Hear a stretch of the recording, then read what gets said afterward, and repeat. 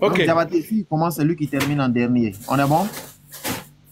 Oui, c'est bon, ça, il n'y a pas de problème. D'accord. C'est bon. Ok, donc Olivier, si tu es prêt, je lance. Ok, merci.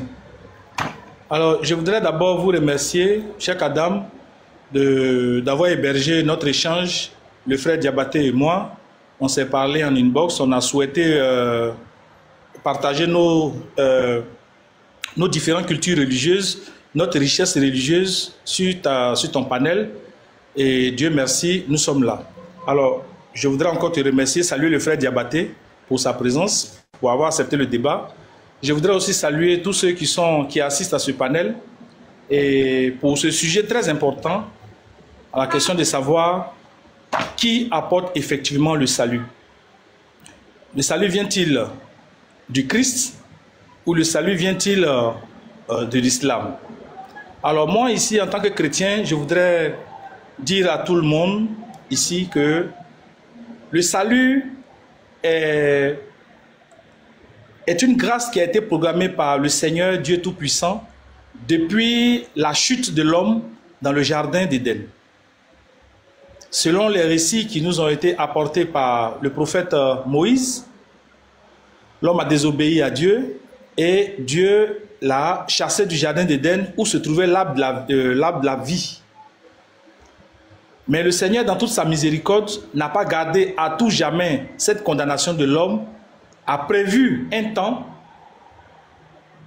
pendant lequel il donnera à l'homme le droit de manger à l'arbre de la vie et de vivre éternellement.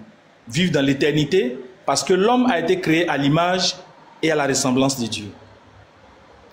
Le Seigneur, dans toute une chronologie de faits qui est restée comme des témoignages, a marché ensemble avec un peuple sur la base d'une alliance qu'il a tissée avec le père, le patriarche Abraham, duquel il a promis faire une nation avec laquelle il ferait une alliance.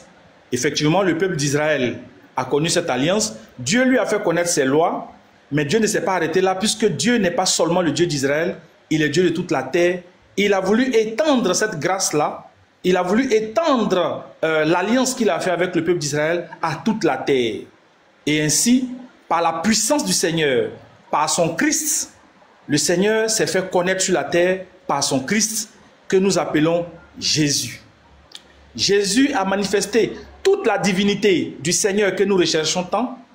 Jésus a manifesté toute la miséricorde que le Seigneur a proclamée depuis belle lurette.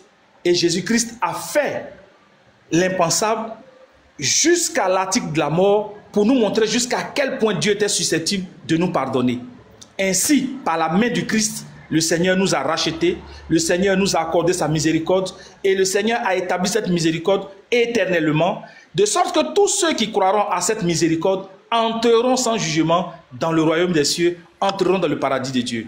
Voici la substance de l'enseignement que nous donne la Bible. Voici la substance de l'enseignement qu'on appelle l'évangile, qui signifie la bonne nouvelle portée par Christ, et cette bonne nouvelle qui a été rappelée à l'humanité par ses disciples et ses témoins. Alors, il n'y a qu'un seul chemin, une seule réalité par laquelle l'humanité pourra atteindre l'éternité. Ce chemin, celui de la miséricorde, celui de l'amour manifesté dans le Christ de Dieu, cette miséricorde, cette grâce aujourd'hui est le seul et unique chemin par lequel nous pouvons entrer dans le paradis. Car le Seigneur nous a aimés, il nous a tant aimés qu'il a donné son Fils unique. Il a fait sortir de lui ce qui était saint, il a fait sortir de lui ce qui était caché, il a fait sortir de lui ce qui était dans l'éternité pour cohabiter avec nous, pour nous donner l'enseignement qu'il faut, afin que nous puissions devenir des hommes meilleurs à l'image et à la ressemblance de notre Père, de notre Dieu. Voilà la substance du christianisme, voilà la substance de l'enseignement du Christ, voilà la substance de l'évangile, voici la substance du salut, l'unique salut par le Fils de Dieu, par Jésus-Christ, par le Messie, qui nous donne la vie éternelle, qui nous ramène l'arbre de vie qui nous avait été arraché dans le jardin d'Éden, afin que nous puissions vivre éternellement avec notre Seigneur. Voilà un peu pour la substance où je voulais m'arrêter. Merci. Donc, merci beaucoup, Olivier, pour ton intervention. Khadija et puis Sabrina, moi je vous laisse la modération, hein, je ne vais plus intervenir. Assalamu alaikum wa rahmatullahi wa barakatuh. Alors, nous, on arrive dans le débat en cours.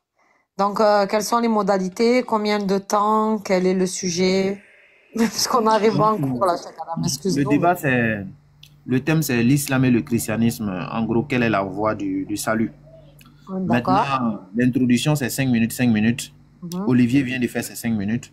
Ça a Diabaté de faire ses 5 minutes. Après ça, il y a deux fois 10 minutes d'intervention de part et d'autre. Après, il y a 3 questions. Et puis, il y a la conclusion, 5 minutes, 5 minutes. D'accord. Ok. J'ai fait monter aussi Carlito pour ne pas que Olivier se sente seul. Voilà. Mais il ne peut pas intervenir, quoi. D'accord. Ok. Du coup, c'est à Diabaté, les 5 minutes de Diabaté, c'est ça? Ouais, je suis prêt. Allez, c'est parti. Bismillah, on t'écoute. Ok. Alhamdulillah Rabbil Alamin. Alhamdulillah Rabbil Alamin. Salam Rasulullah. Ashhadu an la ilaha illallah wa la sharika lahu wa ashhadu anna Muhammadan abduhu wa rasuluh. Lahul mulk wa lahul hamdu yumitu wa ala kulli shay'in qadir. Subhanallahi walhamdulillahi wallahi la ilaha illallah wallahu akbar. Wala hawla wala quwwata illa billah al-aliyyil azim. Qul Allahumma fatira samawati wal ard. Al-magabi wa shahadata taqum bayna ibadika fi ma kanu fi yatalifun. Oh Allah, Seigneur créateur des cieux et de la terre, toi qui as créé l'humain, toi qui connais leur passé ainsi que leur futur, c'est toi qui jugeras entre tes serviteurs sur quoi ils divergent. Donc aujourd'hui, nous nous trouvons dans une divergence et cette divergence-là est de bon augure. Parce que déjà, le frère, il a présenté son salut et on a vu déjà qu'il a commencé à rejeter son salut, c'est-à-dire il a commencé à accuser quelqu'un déjà. Et nous, on va lui présenter c'est quoi réellement le véritable salut et que l'éternel Dieu n'est pas un Dieu injuste, il est un Dieu juste et il ne va pas venir faire périr une personne injustement et nous, on va lui démontrer ça, Inch'Allah. En islam, déjà, lorsqu'il prend la sourate 103, Allah subhanahu wa ta'ala nous dit en ces termes-là déjà, il dit Wal asr, innal insana lafi kusr, illa lazina amanu wa aminu saliyat, wa tawasaw bil haqq, wa tawasaw bis sabri. Qu'est-ce que Allah nous dit? Allah nous dit par le temps, l'homme est certes en perdition. Mais regardez ce qui est plus important. Quand Allah subhanahu wa ta'ala nous dit dans ce verset-là déjà, à partir de son verset 3, Allah il dit, sauf ceux qui croient et accomplissent les bonnes œuvres, s'enjoignent mutuellement la vérité et s'enjoignent mutuellement l'endurance. Donc Allah subhanahu wa ta'ala, ici, il exhorte les musulmans ainsi que les croyants à faire quoi? À faire simplement les bonnes œuvres. Et c'est en faisant les bonnes œuvres qu'on a le salut. Donc voici ce qu'Allah il a ordonné. Même lorsqu'on va vers Isa alayhi salam, vers Jésus-Christ, Jésus a recommandé aux gens aussi de faire quoi? D'accomplir les bonnes œuvres, de suivre les lois et les prescriptions de l'éternel Dieu pour avoir quoi? Pour avoir la vie éternelle. Et on va démontrer ça à notre frère Olivier, qui a commencé à accuser une personne déjà par rapport à leur salut. Donc, je trouve que il est en train d'accuser quelqu'un là, c'est pas bien parce que ça nous démontre clairement que l'éternel Dieu, c'est un Dieu qui est injuste. Parce que déjà, la Bible ainsi que le Coran nous a démontré que personne ne va porter le péché de l'autre. Donc ça c'est clair. Personne ne portera le péché de l'autre. Chacun sera jugé par rapport à son propre détriment. C'est ce que la Bible ainsi que le Coran nous enseigne et Jésus-Christ nous enseigne ça. Et le messager Mohammed sallallahu alayhi wa sallam, le dernier des messagers, nous a enseigné ça. Donc nous on a toujours dit, il n'y a de salut. C'est-à-dire, hors l'islam, à part l'islam, il n'y a pas de salut dans d'autres religions. C'est l'islam seul qui nous donne le salut. C'est l'islam seul qui nous octroie le salut. Et c'est ce que je vais démontrer à Olivier ce soir-là déjà. Et il va comprendre. Parce que déjà, quand on prend plusieurs versets du Coran, Allah subhanahu wa ta'ala garantit le salut aux musulmans. Et voilà pourquoi nous déjà, on va toujours demeurer musulmans.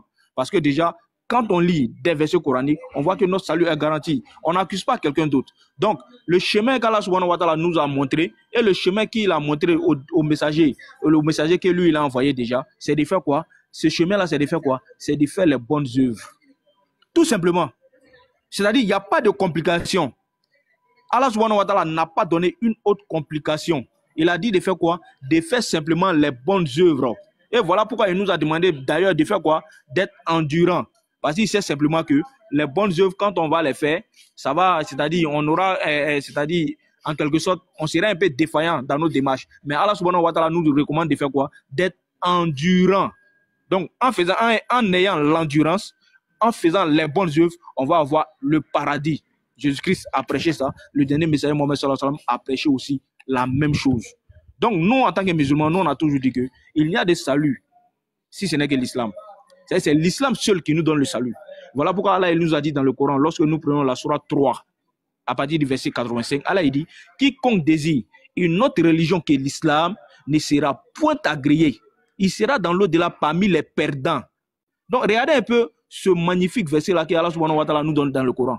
Il nous dit, celui qui va désirer une autre religion que l'islam, cette personne-là ne sera point agréée. Donc, nous, on est musulmans. Quand nous, on voit ces versets-là dans le Coran, déjà là, nous, on est rassurés. Parce que nous, on dit, on est déjà musulmans. Donc, en étant musulmans, en mourant musulman, on va avoir effectivement la vie qu'on appelle la vie éternelle. Mais on ne verra jamais ce genre de verset-là dans la Bible, où on nous dit, celui qui est chrétien, ou soit encore celui qui est c'est-à-dire, que ce soit dans la Bible, que ce soit dans le christianisme, ou soit encore d'autres religions, où on nous dit, où on cite le nom de cette religion-là, maintenant en nous disant que celui qui est tant va avoir la vie éternelle par rapport à cette religion, ça n'existe pas. Donc nous, on nous dit que c'est en islam qu'il y a des saluts, et à part l'islam. Il est là. Voilà. Barakallahu fik, Diabaté, merci beaucoup. Donc là, on va passer aux premières 10 minutes de développement de Olivier. C'est parti. Ok, merci. Donc, j'ai 10 minutes pour développer le salut que j'ai expliqué tout à l'heure. Alors, avant de rentrer dans mon développement, je voulais faire, comme l'adversaire a soulevé un petit point, il a dit que nous avons accusé quelqu'un, il veut parler de Adam, que les chrétiens accusent Adam d'être les responsables de leur malheur. Au fait, ce que je veux expliquer à tous musulmans, le Dieu dont nous parlons, sinon le Dieu dont vous réclamez, est le Dieu qui bénit les pères et leurs enfants sur 1000 générations, est le même Dieu qui punit les pères et qui punit qu'on appelle ça les enfants sur plusieurs générations. Je vais vous le dire à ce propos ce que dit le prophète du Seigneur, Moïse. Moïse dit, et Exode 34, verset 6. Exode 34, verset 6. L'Éternel dit, et l'Éternel passa devant lui et s'écria, l'Éternel, Dieu miséricorde et compatissant, lent à la colère, riche en bonté et en fidélité. Verset 7, qui conserve son amour jusqu'à 1000 générations, qui pardonne l'iniquité, la rébellion et le péché, mais qui ne tient point le coupable pour innocent, et qui punit l'iniquité des pères sur les enfants et sur les enfants des enfants jusqu'à la 3e et 4e génération. Donc quand le frère Diabaté s'assoit pour dire que c'est à tort que les chrétiens disent que le péché est entré par Adam et que c'est ce péché que nous portons, c'est la méconnaissance des Écritures.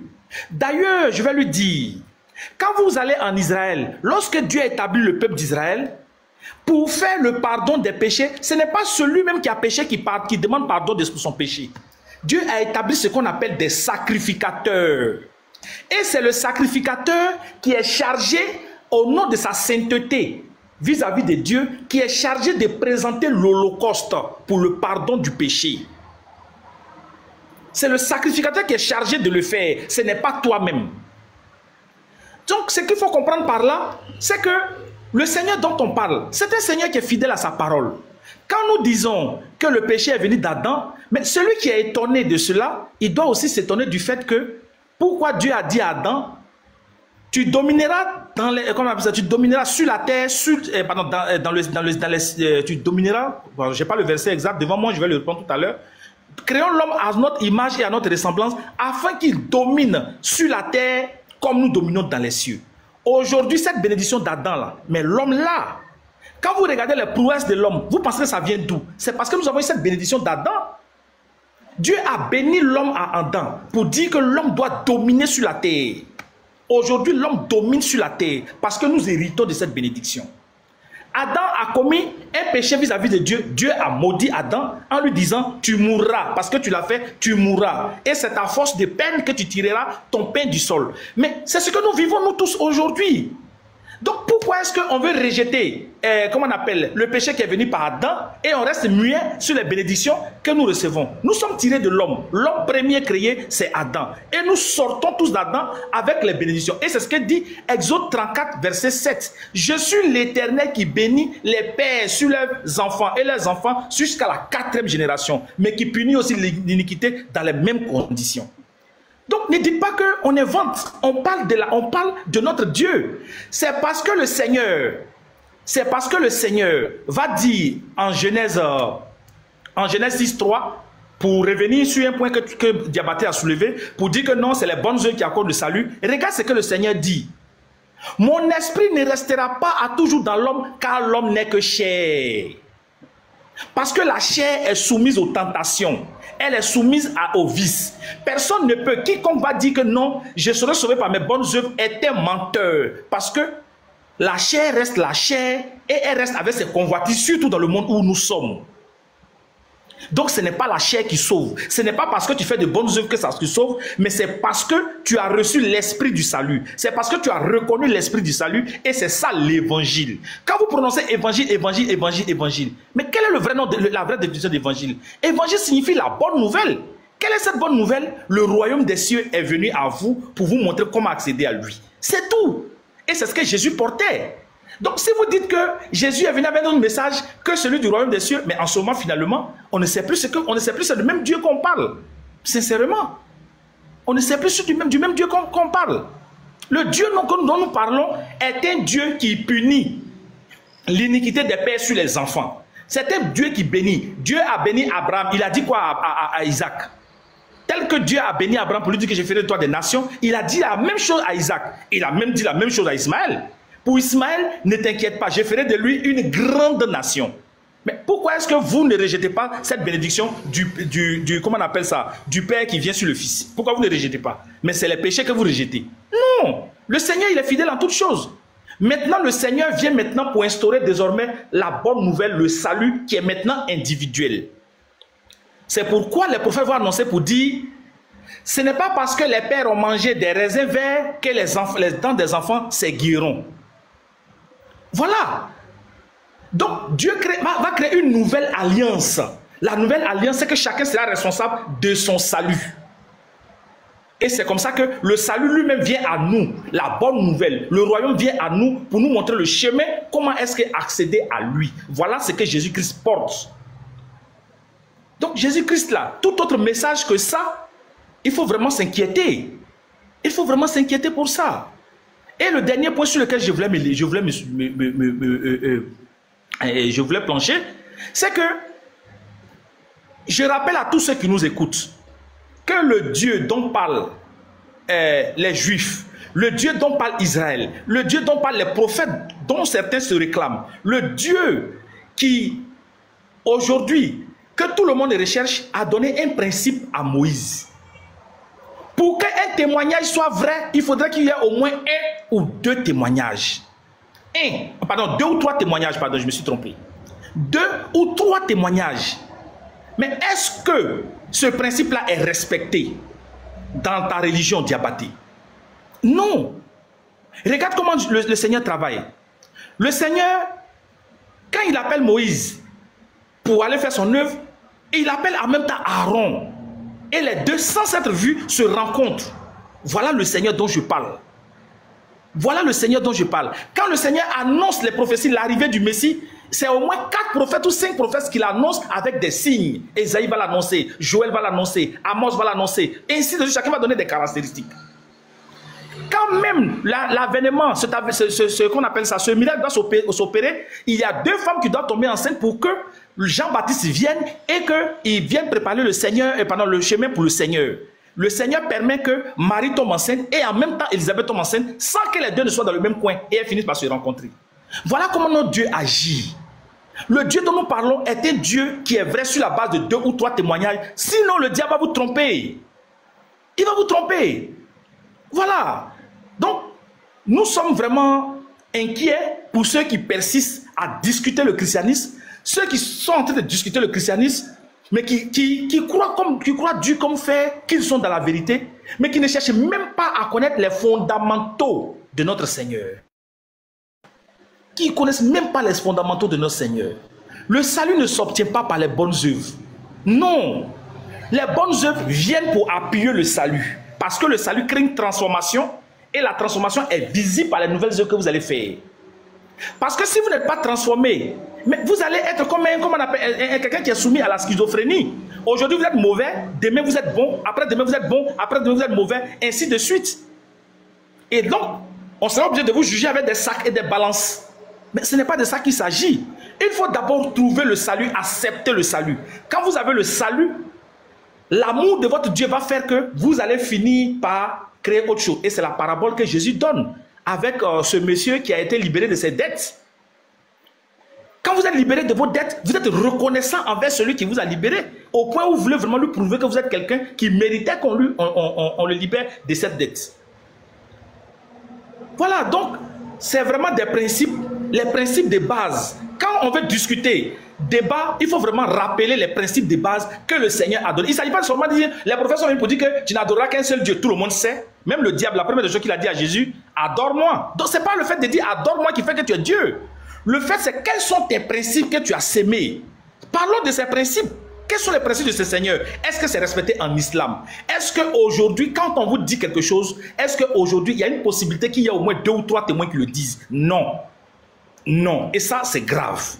Voilà, je voulais m'arrêter là pour la suite.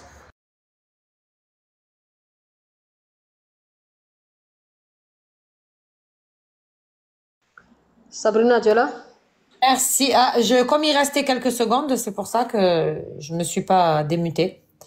Merci Olivier. Donc là, on va passer aux 10 minutes de développement de Diabaté. Et c'est parti. Dès que Diabaté est prêt. Ouais, je suis prêt, je suis prêt. Allez, c'est parti. On t'écoute. Ok. Alhamdulillah Rabbil Alamin. Vous avez vu d'André, c'est-à-dire qu'on a établi un sujet, on dit présente ton salut et démontre à la face du monde que toi, en tant que chrétien, tu vas hériter la vie éternelle. Il faut démontrer ça à la face du monde. C'est tout ce qu'on a demandé. Fais cette démonstration, tu vois. Mais tu as touché un point que je vais balayer. Et puis en plus, maintenant, je vais présenter le vrai salut maintenant à ceux-là qui veulent adhérer à ce salut-là, c'est-à-dire le salut de l'islam. Tu as touché un point. Tu as dit ici, devant tout le monde, que on n'est pas sauvé par les œuvres. Je pense bien que les chrétiens lisent la Bible, mais j'ai l'impression qu'ils ne connaissent pas réellement ce qui est écrit dans la Bible. Ou soit encore eux-mêmes, ils ont une autre idéologie par rapport à ce qui est écrit dans la Bible. Ou soit vous décidez de faire ce que Dieu vous a ordonné de faire, ou soit vous ne le faites pas. Au cas contraire, vous serez des mécréants. Vous voyez. Donc, c'est un peu ça. Donc, je vais citer un peu quelque chose que tu as dit. Tu as dit que, il dit, personne ne peut être sauvé par les bonnes œuvres. Olivier, il faut lire ta Bible. Hein? Il faut lire ta Bible, voilà, il faut lire ta Bible. Regarde un peu, hein. Je vais te prendre un test. Jacques 2, à partir du verset 27. Écoute très bien ce verset-là déjà. Et essaie de contredire ce verset-là. Je te donne ce verset-là, puis je te donne maintenant les propos de Jésus. Je te donne l'enseignement, frère. Écoute très bien. On nous dit, comme le corps est sans âme, est mort, de même, la foi sans les œuvres est morte. Olivier, petite correction sur les œuvres. Ta Bible te dit, la foi sans les œuvres là est une foi morte. Donc tu vas contredire ça. Hein?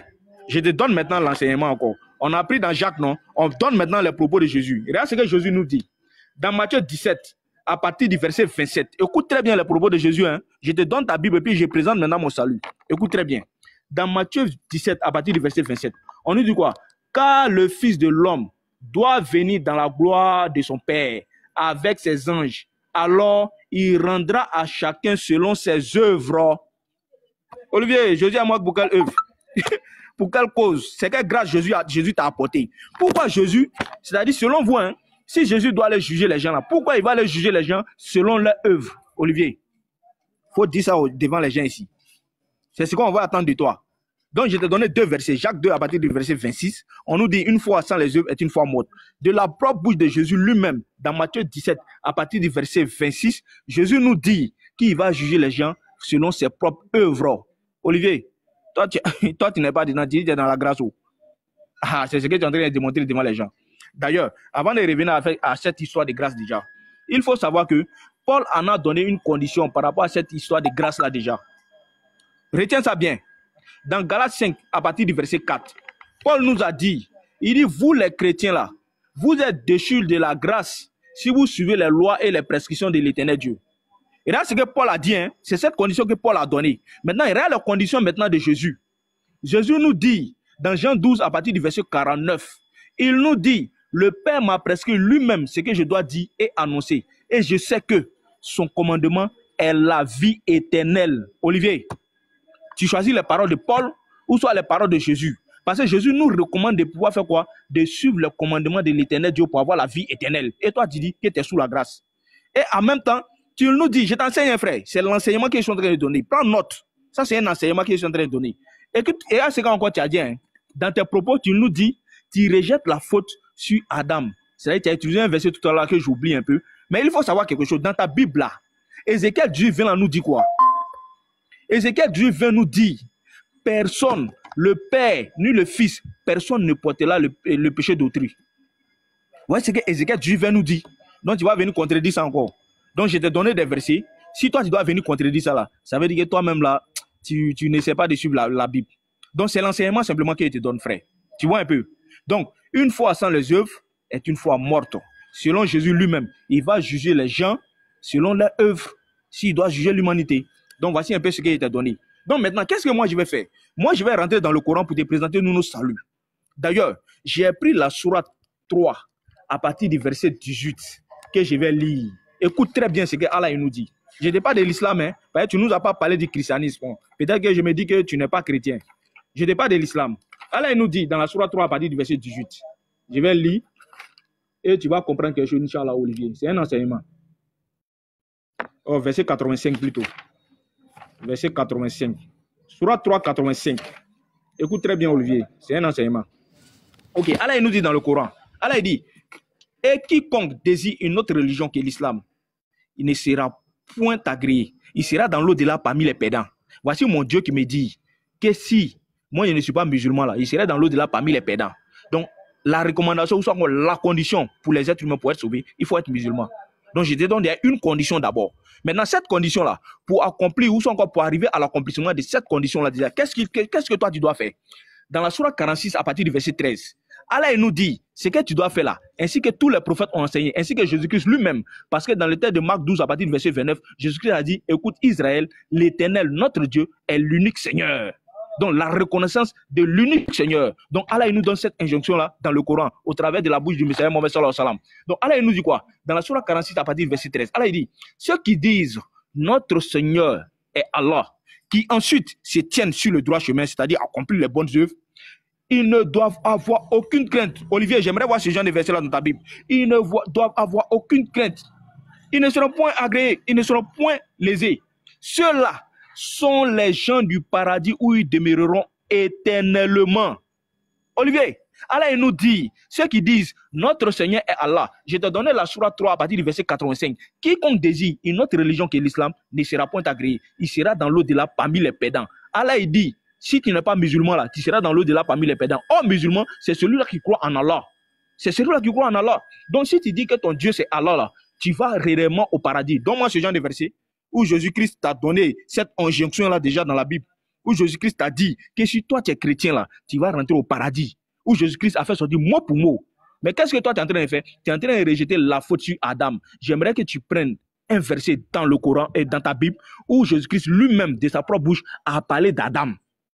Où Jésus-Christ de sa propre bouche, je répète encore, il dit où Jésus-Christ de sa propre bouche a parlé d'Adam et du péché que Adam a commis. Je répète encore. J'espère que tu as bien compris. Hein? Je n'ai pas dit parole de Paul ou bien quoi que ce soit. Non, Jésus-Christ lui-même, parce que c'est lui-même le concerné, puisqu'il est venu pour ôter le péché du monde. Donc, donne-moi un verset de la Bible où Jésus-Christ lui-même a parlé de ça. Ça, c'est un premier point d'abord. Donc, Olivier, dans ce premier temps-là, je t'ai présenté déjà que nous, les musulmans, là, on va aller au paradis tant qu'on croit en Allah. Et d'ailleurs, qu'est-ce que tu ne sais pas? Lorsque je prends le livre de l'imam Al-Wahhab, dans ce livre de Tawhid là déjà, qu'est-ce que l'imam Al-Wahhab va nous faire ce rappel-là? Qu'est-ce qu'il va nous rappeler? Il va nous dire, tous les livres célestes et tous les messagers ont appelé à l'unicité de Dieu. Ils ont interdit maintenant le contraire, à savoir, on ne doit pas lui donner quelques associés. surtout les derniers messagers Mohammed sallallahu alayhi wa sallam, ainsi que le noble Coran. Vous voyez ce qu'ils ont donné. On dit le messager Mohammed sallallahu alayhi wa sallam a fait quoi? Il a imposé cette unicité-là. Cette unicité, il a imposé. Parce que ses prédécesseurs ont imposé cette même unicité. Voilà pourquoi je t'ai donné le test de ton Dieu Jésus dans la Bible. Dans Marc 12, à partir du verset 29, Jésus-Christ dit, écoute Israël, l'Éternel, notre Dieu, est l'unique Seigneur. Est l'unique Seigneur. Donc le messager Mohammed sallallahu alayhi wa sallam, il n'a pas failli à ce chemin-là déjà. Deutéronome 4, 6, Moïse a répété la même chose. Écoute Israël, l'Éternel, notre Dieu, il est un. Donc la reconnaissance d'un Dieu pour avoir la vie éternelle. Et ce Dieu-là déjà, c'est qui? C'est bel et bien Allah subhanahu wa ta'ala. Parce que ceux qui disent notre Seigneur est Allah, qui ensuite se tiennent sur le droit chemin, c'est-à-dire accomplir les bonnes œuvres, ceux-là sont les gens du paradis où ils demeureront éternellement. Olivier, est-ce que tu as dit que ton Seigneur est Allah? Ça veut dire que tu n'as pas le salut. Tu n'as pas ce salut-là déjà. Donc je répète encore. Je dis, Paul t'a dit dans Galates 4, à partir du verset 5. Il dit, ceux qui cherchent la justification dans la loi là, ceux-là sont déchus de la grâce. Olivier, il faut répondre à cette question-là. C'est là même que je vais appuyer même. Comme tu dis, tu es sauvé par la grâce de Dieu là. C'est là que je vais appuyer. Paul dit, ceux qui cherchent la justification dans la loi, ceux-là sont déchus de la grâce. Vous voyez ce que Paul a dit mot pour mot. Je prends le texte de Jean 12, à partir du verset 49. Jésus-Christ dit, le Père Dieu qui l'a envoyé là, lui a prescrit ce qu'il doit dire et annoncer. Et il a ensuite ajouté, je sais que son commandement est la vie éternelle. Pourquoi Jésus-Christ ordonne de suivre les commandements et Paul nous dit de suivre la grâce? Tu préfères les paroles de Jésus ou soit les paroles de Paul? Il faut répondre à ça, Olivier. Si tu prends la parole, s'il te plaît, pardon. On en a besoin. Si tu es réellement sauvé par la grâce là, pourquoi Jésus-Christ ordonne le contraire de ce que Paul a dit? Vous voyez, Jésus-Christ a dit, il faut suivre les lois et les prescriptions de l'éternel Dieu pour avoir la vie éternelle. Est-ce que toi là, tu suis ça réellement, Olivier? C'est là que je vais appuyer. Hein. Ça serait même le centre même du débat. Parce que tu as dit ici devant tout le monde que c'est la grâce qui sauve. C'est-à-dire la mort et la résurrection de Jésus-Christ sur la croix, tel que Paul vous a enseigné, selon 1 Corinthiens 15 à partir du verset 12. Donc, Paul a dit le contraire de ce que Jésus-Christ a dit. Je répète encore les mots de Jésus. Jésus-Christ a dit, il faut suivre les lois et les commandements de l'éternel Dieu pour avoir la vie éternelle. Est-ce que toi, en tant qu'Olivier, tu suis ces lois-là pour avoir la vie éternelle?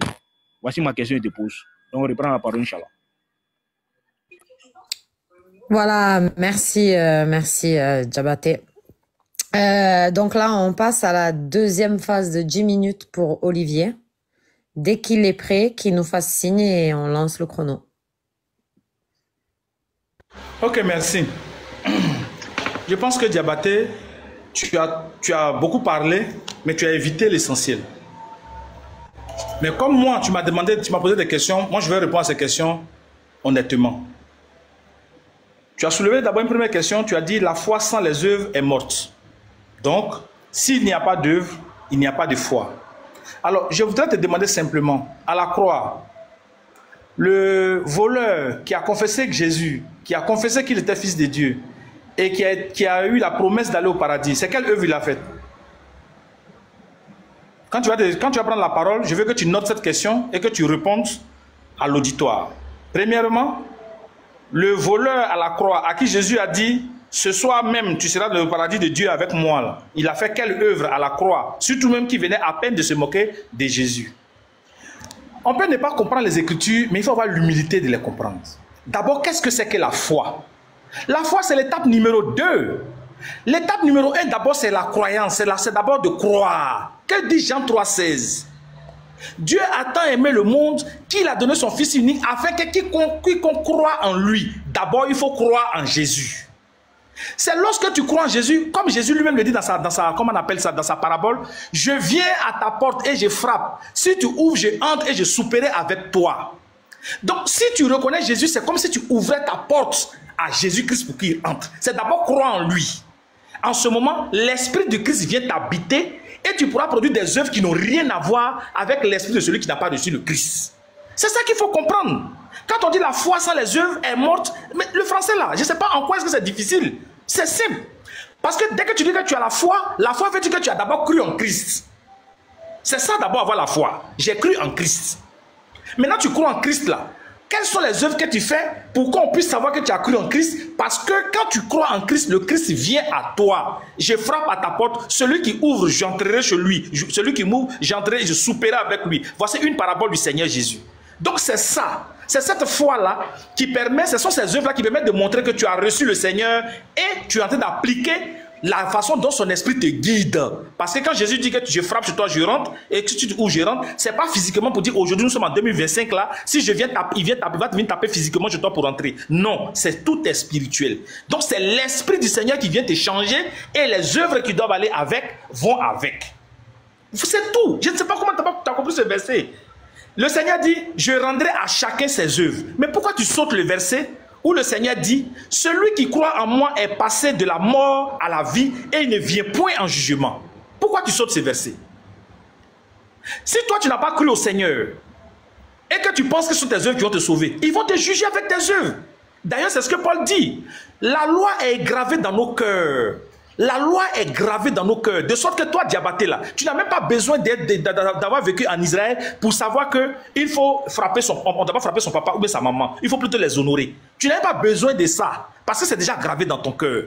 Tu ne voleras pas. Tu n'as pas besoin de voir les lois de Moïse pour savoir ça. Parce que la Bible dit que les lois de Dieu sont déjà gravées dans nos cœurs.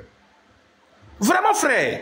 Donc, si toi, tu penses que les lois de Dieu sont gravées dans ton cœur là, si toi, tu penses qu'en tant que chair, tu peux les accomplir, libre à toi, le Seigneur te jugera. Il va te peser comme on pèse les musulmans avec la balance. Mais si tu crois au Seigneur, parce que tu sais que toi, en tant que chair, parce que Jésus peut dire, quiconque regarde simplement une femme avec l'envie, avec l'idée, mais simplement dans son esprit, ça dit que déjà, il a déjà commis l'adultère. Déjà en esprit, il a déjà commis l'adultère, même s'il n'a pas encore déshabillé. Si toi tu penses que avec la chair tu peux atteindre le paradis, gloire à toi. Dieu merci pour toi. Mais ce que le Seigneur te dit est simple. Tu ne peux pas atteindre le royaume des cieux par tes propres forces. Tu ne peux pas. Il faut forcément par le Fils. C'est pourquoi Jésus dit, je suis le chemin, la vérité et la vie. Nul ne vient au Père que par moi. Tu ne peux jamais rencontrer Dieu tant que tu n'as pas reçu le Fils, parce que c'est par l'esprit du Fils qu'on peut accéder au Père et au royaume du Père. C'est ça. Donc, il faut vraiment faire attention. Il faut vraiment faire attention. Tu as soulevé Ésaïe 18, verset 20. Tu écris dedans que personne ne portera le péché d'autrui. Mais il faut avoir l'honnêteté de dire que c'est une prophétie. Parce que tout à l'heure, j'ai lu Exode où Dieu dit à Moïse, je suis l'Éternel qui bénit les pères sur plusieurs générations. Et les enfants sur plusieurs générations. Mais c'est le même Seigneur qui punit l'iniquité aussi sur les mêmes générations. Maintenant, le Seigneur appelle une alliance nouvelle. Quand il cite Ézéchiel, Ézéchiel annonce une prophétie, le salut qui arrive. Ce n'est plus le salut, maintenant, il sera individuel. Voilà ce que tu ne comprends pas dans ce verset. Quand il dit Ézéchiel 18, personne ne portera le péché d'autrui, c'est parce qu'il y a une alliance nouvelle qui arrive. Une alliance nouvelle qui arrive. C'est ça, l'alliance avec Christ. Mais tu as parlé, tu n'as pas cherché à définir c'est quoi l'évangile.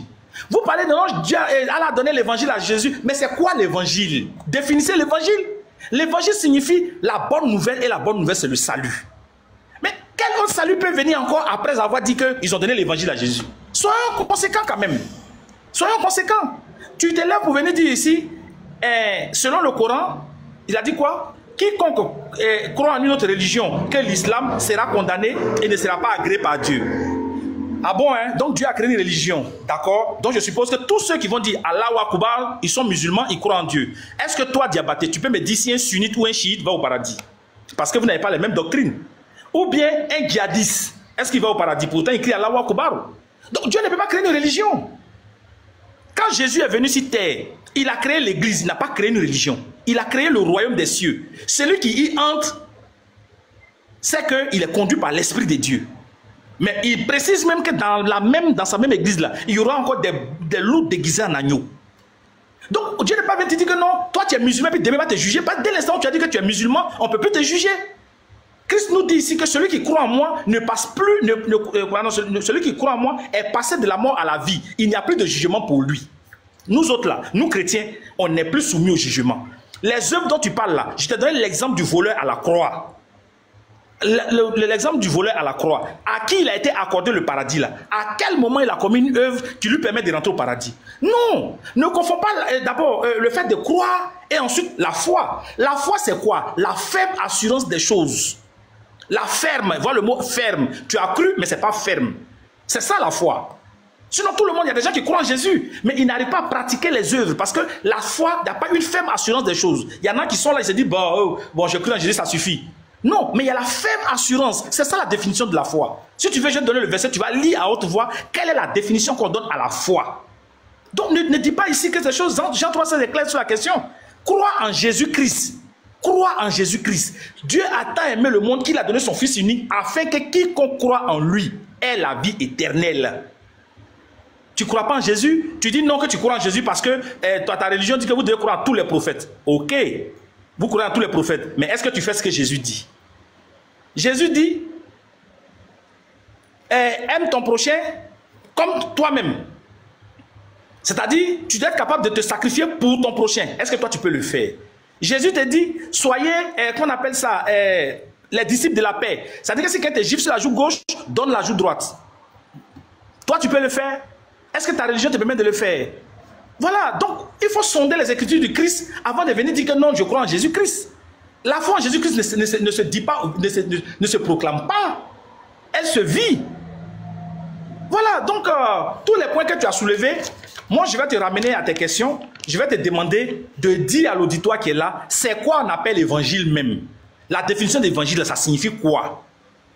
Donc, quand tu auras de la définition de l'évangile, tu nous dis en quoi est-ce qu'après l'évangile, il doit y avoir encore une autre religion qui vient après. Il faut nous le dire. Je sais que tu as soulevé à faire de non, on a été envoyé qu'aux brebis d'Israël, mais là, je t'attends dessus. Là, je t'attends dessus. Donc, frère, vraiment, tu te méprends. Vous avez une lecture erronée de la Bible. Vous avez une lecture erronée du texte. Voilà. Le Seigneur Dieu, hier, qui punissait le péché des pères sur les enfants, a décidé de créer une alliance nouvelle. Et c'est ce qu'Ézéchiel a annoncé dans son verset 18, verset 20. Le salut est désormais individuel. Le salut est désormais individuel. Voilà. Donc, pour ne pas trop monopoliser les choses, puisqu'on va dans la question-réponse, je vais m'arrêter là. Merci.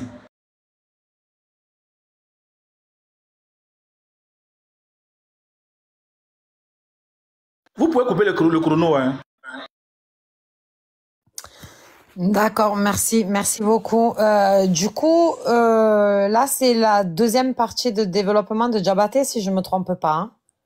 Voilà, Inch'Allah. C'est bon. Inch'Allah. C'est bon, Diabaté, tu es prêt? Ok, c'est bon, Ouzaz. C'est parti. Voilà. Alhamdoulilah, Rabbil Alamin. Olivier, en fait, sincèrement, tu m'enlèves la motivation même de pouvoir continuer ce débat-là. Voilà. C'est-à-dire la motivation que j'avais là, sachant que tu allais donner des arguments plus corsés, et puis ça allait me faire trembler, mais tu m'as enlevé cette motivation-là, tu vois. Je crois que c'est à moi de t'enseigner sur ce que tu ne sais pas. Et c'est ce que je vais te donner. C'est-à-dire dans toute ton allocution là, tu as dit, il faut croire en Jésus, il faut croire en Jésus. Mais frère, on croit en Jésus comment? Dites ça aux gens. Il faut croire en Jésus là. La croyance en Jésus là, ça se fait comment? Il fallait dire ça aux gens, il faut enseigner ça aux gens, frère. J'ai l'impression que tous les chrétiens disent, non, on doit croire en Jésus, il faut avoir la femme. Pardon, excuse-moi, chaque Adam, pas mis le chrono. Il n'a pas appuyé. Oh, ok. Je vais m'arrêter. Désolé, je pense que tu as commencé. Voilà, bon, s'il reste 1 minute, peut-être que je vais arrêter pour être un peu truc. Donc, j'ai dit, donc quand vous dites la croyance en Jésus là, mais dites que cette croyance là, ça se fait comment? On va vérifier maintenant si c'est vrai. Mais toi, tu dis qu'il faut croire en Jésus, mais tu ne dis pas comment est-ce qu'on doit croire en Jésus. Arrête ça, frère. Je vais te montrer maintenant comment est-ce qu'on doit croire en Jésus. Écoute très bien ta Bible. J'ai dit, je vais te donner l'enseignement simplement. Écoute ta Bible. Hein. Deutéronome 18, à partir du verset 15. Écoute très bien. Jésus-Christ est un prophète. Jean 17, le verset 3. Oh, la vie éternelle. C'est qui te connaît, toi, le seul vrai Dieu, et celui que tu as envoyé, Jésus-Christ. Jésus-Christ a été envoyé par Dieu. Donc, étant un prophète là, comment est-ce qu'on doit croire au prophète? Écoute très bien. Deutéronome 18, à partir du verset 15. On dit, l'Éternel, ton Dieu, te suscitera du milieu de toi, d'entre tes frères, un prophète comme moi. Vous l'écouterez. Il répondra ainsi à la demande que tu as faite à l'Éternel, ton Dieu, à Horeb, le jour de l'assemblée, quand tu disais que tu n'entends point la voix de l'Éternel, mon Dieu, et que je ne vois plus ce grand feu, afin de ne pas mourir. Ça, c'est un premier point. Pour vous dire déjà, on ne peut pas voir Dieu. Voilà. Donc, je continue par la suite du verset. Voici le verset tant qui nous plaît déjà. On dit, l'Éternel me dit, ce qu'ils ont dit est bien. Le verset 18. Écoute très bien ce verset 18 là déjà. La croyance au prophète là. Voyez ce que l'Éternel Dieu recommande de faire. On dit, je les susciterai du milieu de leurs frères, un prophète comme toi, un prophète comme Moïse, je mettrai mes paroles dans sa bouche. Écoutez bien, hein, Dieu va mettre ses paroles dans la bouche de ce prophète. Ça, c'est un premier point d'abord. Et il leur dira tout ce que je lui commanderai, Olivier. Il leur dira, le prophète qui a été envoyé là, il leur dira tout ce que je lui commanderai. Olivier, donc quand on dit on croit au prophète là, la croyance au prophète là, c'est de faire quoi? C'est de croire au prophète au travers du message que l'Éternel Dieu a donné à ce prophète là déjà. Donc quand tu suis ces messages là, tu es sauvé. Et ces messages là, c'est quoi? C'est de suivre les recommandations, les prescriptions de l'Éternel Dieu qui lui ont été octroyées. C'est tout. Les commandements qui ont été donnés à ce prophète-là, c'est ça là on doit suivre pour avoir la vie éternelle. Voilà pourquoi je t'ai donné le texte de Jean 12 à partir du verset 49. Jésus-Christ a dit, je sais que le commandement de Dieu est la vie éternelle. Il n'a pas dépassé ça. Mais toi, tu viens, tu te mets à parler là, non, on doit croire en Jésus, on doit croire en Christ, on doit croire en Christ. Frère, la croyance seule là, ça ne peut pas suffire. Mais il faut croire aux messages qui ont été donnés à ce prophète-là déjà. Donc Jésus-Christ était un prophète. Quand on vient vers lui, il nous donne le message. Regarde, hein, pour t'enseigner déjà, hein, quand tu prends le texte de Jean 17, à partir du verset 3, au verset 4, au verset 6, Jésus-Christ va dire quoi aux hommes? Écoute très bien, tu m'as demandé, c'est quoi l'évangile? Regarde ce que Jésus-Christ va dire. Jésus-Christ va dire aux hommes auxquels il est en train de parler là, il va dire quoi? Il dit, je leur ai donné la parole que tu m'as donnée. Ils ont cru en ta parole. Olivier, il faut me dire, c'est quelle parole Dieu a donnée à Jésus, ensuite il a donné à ses disciples. C'était quelle parole? C'était bel et bien les commandements de l'Éternel Dieu, parce qu'il n'est pas venu pour abolir la loi de l'Éternel Dieu. Voilà pourquoi, lorsque le gars il est venu demander à Jésus-Christ, dans Luc 18, à partir du verset 18, pour avoir la vie éternelle, qu'est-ce que Jésus-Christ a répondu? Tu connais les commandements, pratique-les. Est-ce que tu as compris ça, Olivier? Tu connais les commandements, pratique-les. Pourquoi Jésus-Christ n'a pas dit, il faut croire en ma mort pour avoir la vie éternelle? Donc, je reviens maintenant dans Jean 17. Quand Jésus-Christ nous dit dans Jean 17, il faut avoir la parole, c'est-à-dire la parole que tu m'as donnée, je leur ai donné cette parole-là déjà là. Il s'agit de quoi? Il s'agit bel et bien de la bonne nouvelle du royaume des cieux. Et cette bonne nouvelle-là, c'est quoi? Ça se trouve dans Jean 12, à partir du verset 49. Écoute, Israël, l'Éternel, notre Dieu, il est l'unique Seigneur. Il faut avoir la reconnaissance de ce Dieu-là déjà et suivre les recommandations de ce Dieu pour avoir la vie éternelle, Olivier. Voici l'enseignement qui est donné ici, déjà. Donc, il ne faut pas venir nous dire, il faut croire, il faut croire, il faut croire. Non! La croyance seule en un prophète là, c'est quoi? C'est de suivre les recommandations et les prescriptions que l'Éternel Dieu a données à ce prophète. Voici l'enseignement qui t'est donné, Olivier. Donc, arrête ça. Je t'ai posé une question ici tout à l'heure là déjà. Et tout le monde a constaté que tu n'as pas répondu à cette question, Olivier. Tu n'as pas répondu à cette question. Je t'ai dit, Paul nous a dit dans le texte de Galates, Galates 4 à partir du verset 5, il nous dit, celui qui cherche une justification dans la loi de l'Éternel Dieu là, cette personne-là est déchue de la grâce donnée par Jésus. Maintenant, je prends maintenant les propos de Jésus. Je confonds maintenant les propos de Jésus avec les propos de Paul.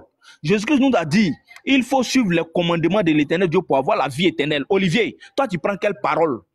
Est-ce que tu suis les paroles de Paul ou soit encore tu suis les paroles de Jésus que Jésus-Christ a données? Parce que Jésus-Christ nous a, il dit, il faut suivre les commandements de l'Éternel Dieu pour avoir la vie éternelle. Toi, Olivier, là, tu suis quoi? Tu crois en Paul ou bien Jésus? Il faut te rappeler, hein, quand tu vas répondre à cette question-là, rappelle-toi des propos de Jésus. Celui qui croit en ma parole à la vie éternelle. Celui qui ne m'aime pas ne garde point ma parole. Car la parole que vous attendez de moi n'est pas de moi, mais du Père qui m'a envoyé.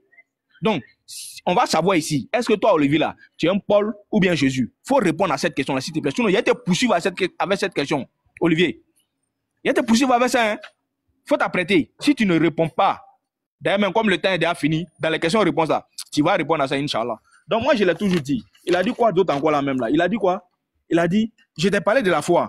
Si tu me prends le texte de Jacques 2, 26 qui a été donné, tu essaies d'extrapoler en même temps le texte. Frère, on dit une foi sans les œuvres là est une foi morte. Tu dis quoi?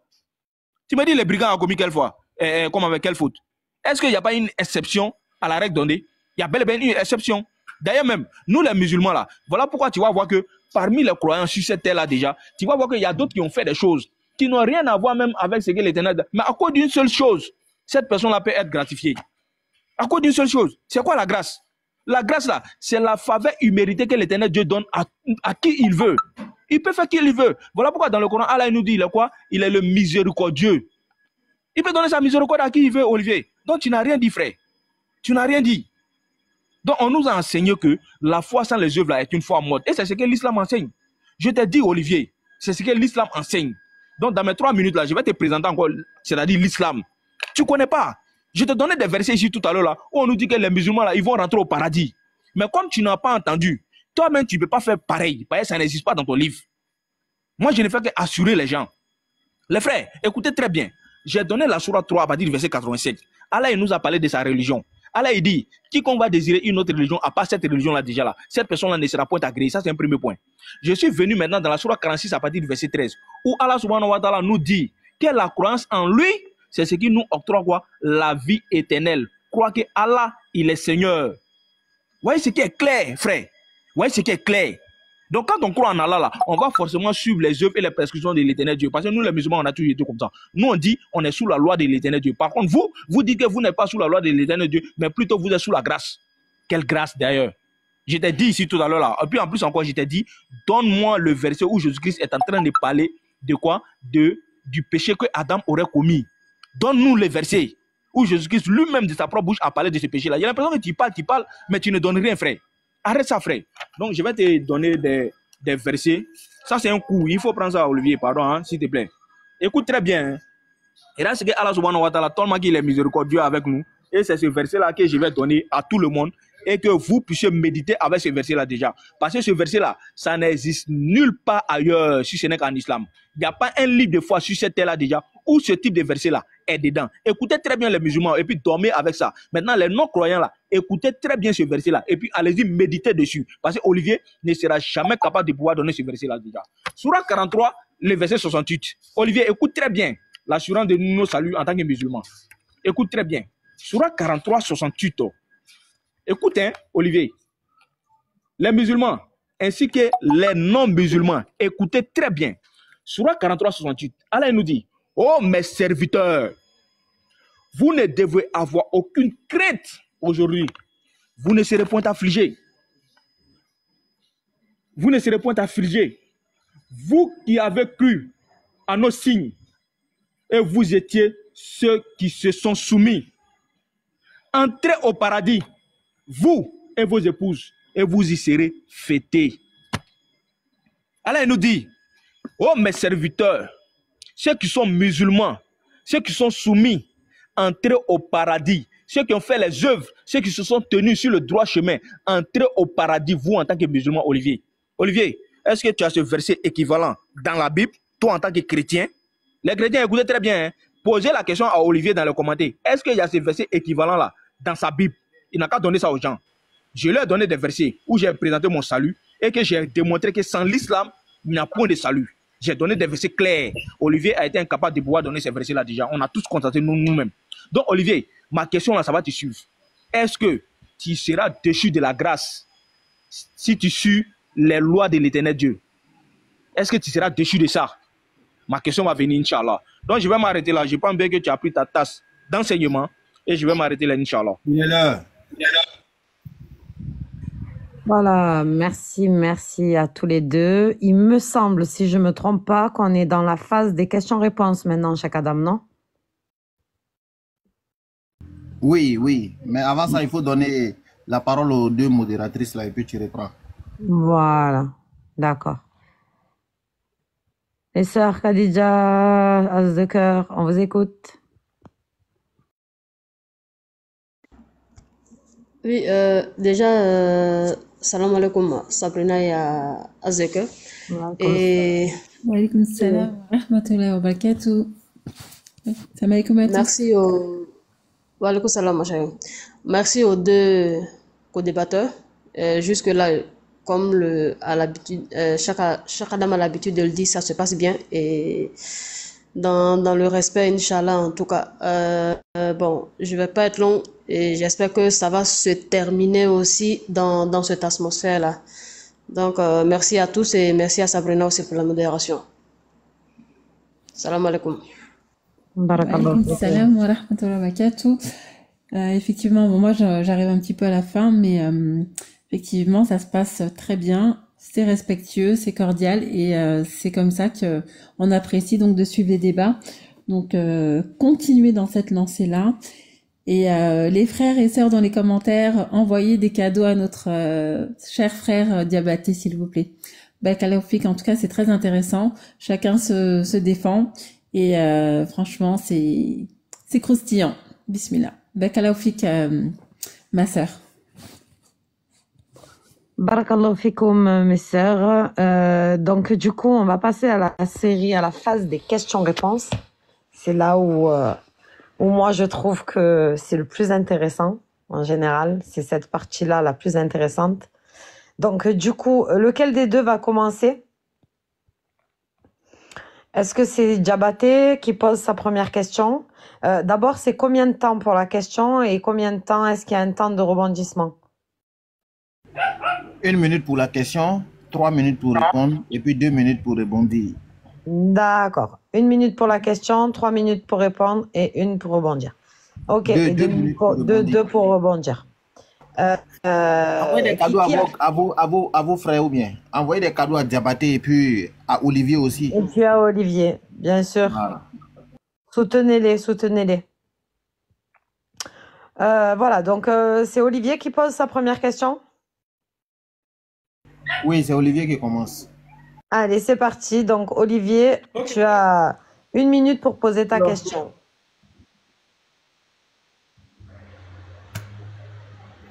D'accord. Alors, je voulais demander au frère Diabaté.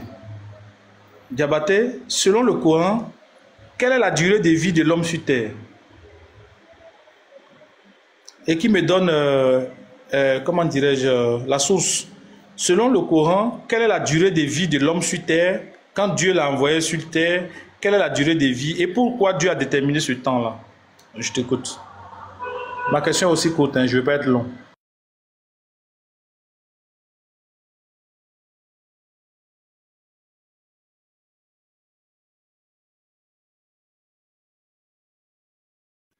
Ok, alhamdoulilah, bon, il a demandé la question, quelle est la durée de l'homme sur Terre? Olivier, déjà, bon, ce n'est pas dans le sujet, mais comme tu as posé la question, bon, je vais répondre à ça, Inch'Allah.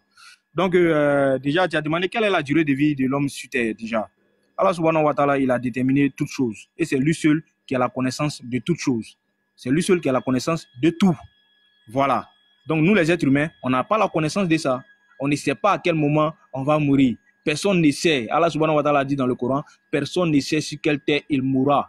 Donc nous, on ne sait pas. Mais je vais te lire un verset quand même. Sourate 22 à partir du verset 5. Écoute très bien ce qu'Allah subhanahu wa ta'ala nous dit. Allah dit, ô homme, si vous êtes dans le doute au sujet de la résurrection, sachez que c'est nous qui vous avons créé de poussière, puis d'un peu de liquide, puis d'une adhérence, puis d'un mâchure en étant de formation ou non. C'est là pour vous montrer notre omnipotence. Il dit, et nous fixons dans les matrices ce que nous voulons jusqu'à un terme déterminé, Olivier. Allah dit, il a créé l'être humain. Ensuite, il a mis l'être humain dans le ventre de sa maman. Et c'est lui maintenant qui a donné la durée de vie, étant même dans le ventre de la mère. Vous voyez ce qu'Allah subhanahu wa ta'ala nous a donné. Sourate 22 à partir du verset 5. Prends note, Olivier. Donc c'est Allah qui connaît le thème qu'il a fixé à tout être humain. Olivier. C'est Allah Azawajal qui connaît le thème qu'il a fixé à tout être humain. Nous là, nous on n'est pas divin. Allah il nous a créés et nous on ne sait pas à quel moment on peut mourir. Nous comme ça là, quand on va dormir par exemple, là, la mort même, c'est-à-dire le sommeil même représente la petite mort. Mais quand on va dormir déjà, Allah il dit quoi? Allah il dit, il retient les âmes. Et ensuite, il donne l'âme de qui il veut. Mais étant en sommeil là, comment est-ce que tu peux savoir que tu es mort ou bien tu n'es pas mort? D'ailleurs même étant en sommeil, tu es inconscient. Tu ne sais pas. Mais matin tu te réveilles. Tu vois un peu. Voilà pourquoi nous, à chaque fois, quand on se réveille matin, on dit Alhamdulillah. Parce que Allah nous a donné une nouvelle souffle de vie. Mais on ne sait pas. Tu vois. Donc, Sourate 22, à partir du verset 5. Donc, Allah dit, c'est lui qui nous a donné un terme déterminé. C'est lui seul, il sait. C'est lui qui a la connaissance de l'heure. Personne ne sait. Tu vois un peu, Olivier. Donc, ça, c'est une question qui n'est pas dans le sujet, mais c'est un enseignement qui va être profitable. Et tu vas comprendre déjà que l'islam est la seule voie du salut, Inch'Allah. Donc, je vais m'arrêter là. Voilà. Il n'a pas été long, donc tu ne dois pas finir tes minutes aussi. Donc, voilà. Hey, Sabrina. Donc, je peux rebondir, non? Donc, oui, là, tu dois rebondir. Tu as 2 minutes pour rebondir. Je peux rebondir? Oui, oui, tu as 2 minutes pour rebondir. On t'écoute, Olivier. On m'entend? Ah, attends, Chèque, je crois qu'il a un problème. C'est moi qui répondis maintenant? Oui, Olivier, est-ce que tu nous entends? Oui, je vous entends très bien, vous. Voilà, on t'entend, nous, on te reçoit bien. Donc, tu as 2 minutes pour rebondir. Ok, merci. Olivier, Quand je t'ai posé la question de savoir quelle était la... Oui, même mon chrono, s'il te plaît. Ok. Le chrono? Voilà, quand je t'ai posé cette question, tu as pensé que c'était une question qui était hors sujet, pourtant elle est dans le sujet. Je vais t'expliquer un peu pourquoi je t'ai posé cette question. Quand un homme se vante qu'il peut faire de bonnes œuvres au point d'aller au paradis, je vais te rappeler qu'en Genèse 6 et en Genèse 8, Dieu a répondu à cette question. Voici ce que Dieu va dire avant de frapper la terre du déluge. Genèse 6, verset 3. Alors l'Éternel dit, mon esprit ne restera pas à toujours dans l'homme, car l'homme n'est que chair, et donc ses jours seront de 120 ans. En Genèse 6, quand Dieu finit de frapper le déluge, frapper la terre du déluge, en Genèse 8, voici ce que Dieu va faire après que Noé ait fait un sacrifice. L'Éternel sentit une odeur agréable et l'Éternel dit en son cœur, je ne maudirai plus la terre à cause de l'homme parce que les pensées du cœur de l'homme sont mauvaises dès sa jeunesse. Et je ne frapperai plus tout ce qui est vivant comme je l'ai fait. C'est-à-dire que le Seigneur lui-même, après avoir condamné l'homme à une durée de vie de 120 ans, l'Éternel lui-même va dire désormais là, parce que l'Éternel frappe la terre en Genèse 6 à cause des mauvaises actions de l'homme. En Genèse 8, le Seigneur va reconnaître que c'est plus la peine de frapper la terre parce que l'homme lui-même il est mauvais. C'était pour te dire, quand toi en tant qu'un humain, tu penses que tes œuvres peuvent t'envoyer au paradis, en ce moment-là, il faut vraiment t'inquiéter. Il faut t'inquiéter. Parce que la Bible dit, Dieu dit, les pensées de nos cœurs là, les pensées de l'homme là, sont mauvaises même dès sa jeunesse. Ah, c'est ce que l'Éternel dit. Voilà, donc c'était pour te répondre sur la question de ce que on peut faire des œuvres par nous-mêmes et aller au paradis. Voilà un peu l'objectif de la question. Je m'arrête là. Merci, merci Olivier. Donc, Diabaté, tu as 1 minute pour poser ta question. On t'écoute. Takbi, je pense bien que j'ai mal entendu ou bien j'ai bien entendu. Tu peux me poser ma question, Oustaz. Il a dit on peut faire les œuvres pour avoir aussi le paradis. Olivier, si j'ai mal entendu, ou bien c'est moi j'ai du mal à entendre, peut-être que tu peux répéter. Tu viens de dire, là ça met fin au débat.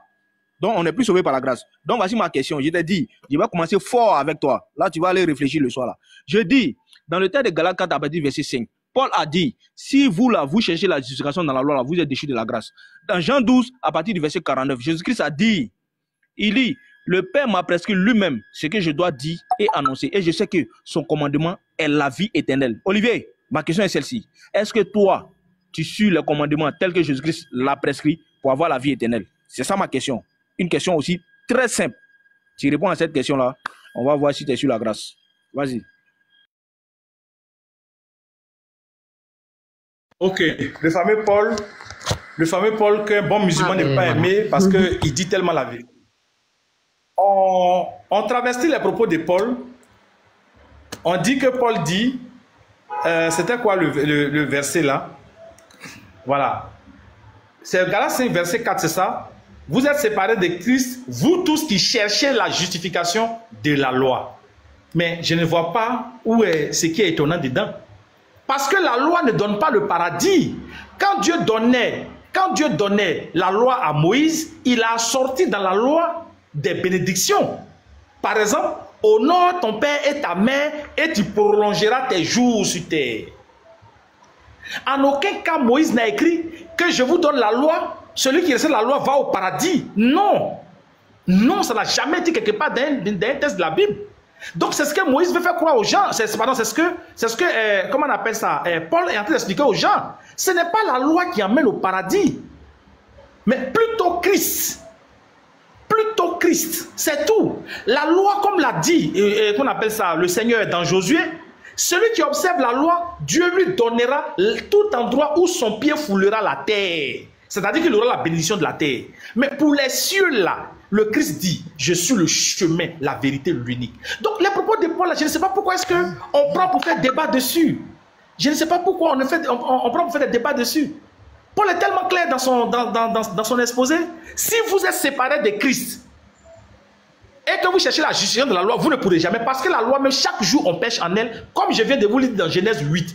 Dès la jeunesse, nos cœurs sont penchés vers le mal. Même si la religion essaie de retenir des gens, mais toujours est-il que nous sommes chers et la convoitise de la chair est toujours devant nous. C'est ça. Je ne sais pas d'où vient les choses. Il a donné Genèse, Jean combien là, où Jésus a dit, bon, je n'ai pas retenu le verset, au moment où j'écrivais, il a arrêté son chose. Mais Jésus n'a rien changé. Paul n'a rien changé. D'ailleurs, tout ce que Paul a dit, c'est sur la base du Seigneur. C'est tout ce que le Seigneur a prescrit à Paul, que Paul enseignait. Le Seigneur a pris Paul, il a mis son esprit pour que tout ce que Paul dit, ce soit par la bouche du Seigneur. Et le Seigneur lui-même le dit. J'enverrai mon esprit sur vous pour que vous prophétisez à mon nom, vous enseignez à mon nom. C'est ça l'objectif du Saint-Esprit, que le musulman ne va pas reconnaître, bien sûr. Mais c'est le Saint-Esprit qui est envoyé par la part du Seigneur. Parce que le Seigneur a dit, j'ai beaucoup de choses à vous apprendre, mais j'ai peu de temps. Donc, le Saint-Esprit vient pour continuer. Il viendra et vous éclairera sur ce que je n'ai pas pu vous enseigner. C'est ça le rôle du Saint-Esprit. Donc, Paul ne dit rien qui est contraire. Quand Paul dit que la loi ne donne pas le paradis, il a raison. Parce que nulle part Moïse n'a dit quelque part que si tu suis la loi, tu vas au paradis. La loi est en même temps contient, en même temps c'est bénédiction. Point. Or, le Christ, c'est le ciel. Donc, ne confonds pas la terre et puis le ciel. Voilà. Donc, pour pouvoir m'arrêter sur cette partie de la question. Merci, Olivier. Merci. Diabaté, donc tu as 2 minutes pour rebondir. Inch'Allah, alhamdoulilah, donc je vais répondre, Inch'Allah. Donc, Olivier, tu as vu? C'est-à-dire que Jésus-Christ a dit dans Jean 14, celui qui ne m'aime pas ne garde point ma parole. Car la parole que vous attendez de moi n'est pas de moi, mais du Père qui m'a envoyé. Tu viens d'affirmer devant tout le monde ici que tu préfères les propos de Paul au détriment de Jésus, parce que Paul a parlé de la grâce. Donc, tu es en contrario avec Jésus, Olivier. Tu viens de l'affirmer et tu as dit ça devant tout le monde ici. Tous les chrétiens ont entendu. Voilà pourquoi nos ustads, souvent, notamment Oustad Ali disait, il dit, si vous écoutez une version des chrétiens, allez-y prendre automatiquement les propos de Jésus. Allez-y prendre. Parce que tous les chrétiens contredisent les propos de Jésus. Tous les chrétiens contredisent les propos de Jésus. Matthieu 5, le verset 17. Jésus-Christ dit, je ne suis pas venu abolir la loi ou les prophètes. Je suis venu non pour abolir, mais pour accomplir. Olivier dit non. Olivier dit non. Olivier dit c'est faux. Olivier, arrêtez ça, frère. Arrêtez ça. C'est pas parce que vous avez une foi qui est différente de la foi musulmane que vous allez pour autant faire fi de la vérité. Tu vois, je t'ai confronté à 2 faits. Tu as préféré prendre l'autre pour laisser l'autre. Et la parole même d'ailleurs de Paul. Mais quand tu prends Luc 6, à partir du verset 12, regardez, vous n'aimez pas Jésus, voilà, vous les chrétiens, vous n'aimez pas Jésus. Luc 6, à partir du verset 12, là, quand Jésus-Christ s'est levé le bon matin, a fini d'avoir, c'est-à-dire après avoir prié sur la montagne, là, il s'est levé, il a choisi 12 apôtres. Il en a choisi 12. Paul est quitté où? Paul est quitté où? Jésus-Christ qui est rempli du Saint-Esprit a choisi 12 apôtres. Pourquoi il n'a pas choisi Paul? Pourquoi? Hein? C'est Paul qui vient plus tard, sans pourtant voir Jésus, et en même temps, lui s'est dit apôtre de Jésus. Arrêtez ça, les frères. Vous n'aimez pas Jésus. Il a dit, celui qui ne m'aime pas ne garde point ma parole. Jésus-Christ a dit, il faut suivre les lois de Dieu pour avoir la vie éternelle. Jean 12, à partir du verset 49. Toi, tu dis non. Arrête ça, frère.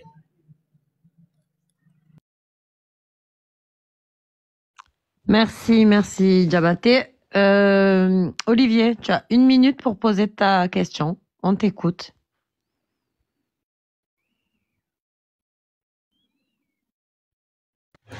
Ok.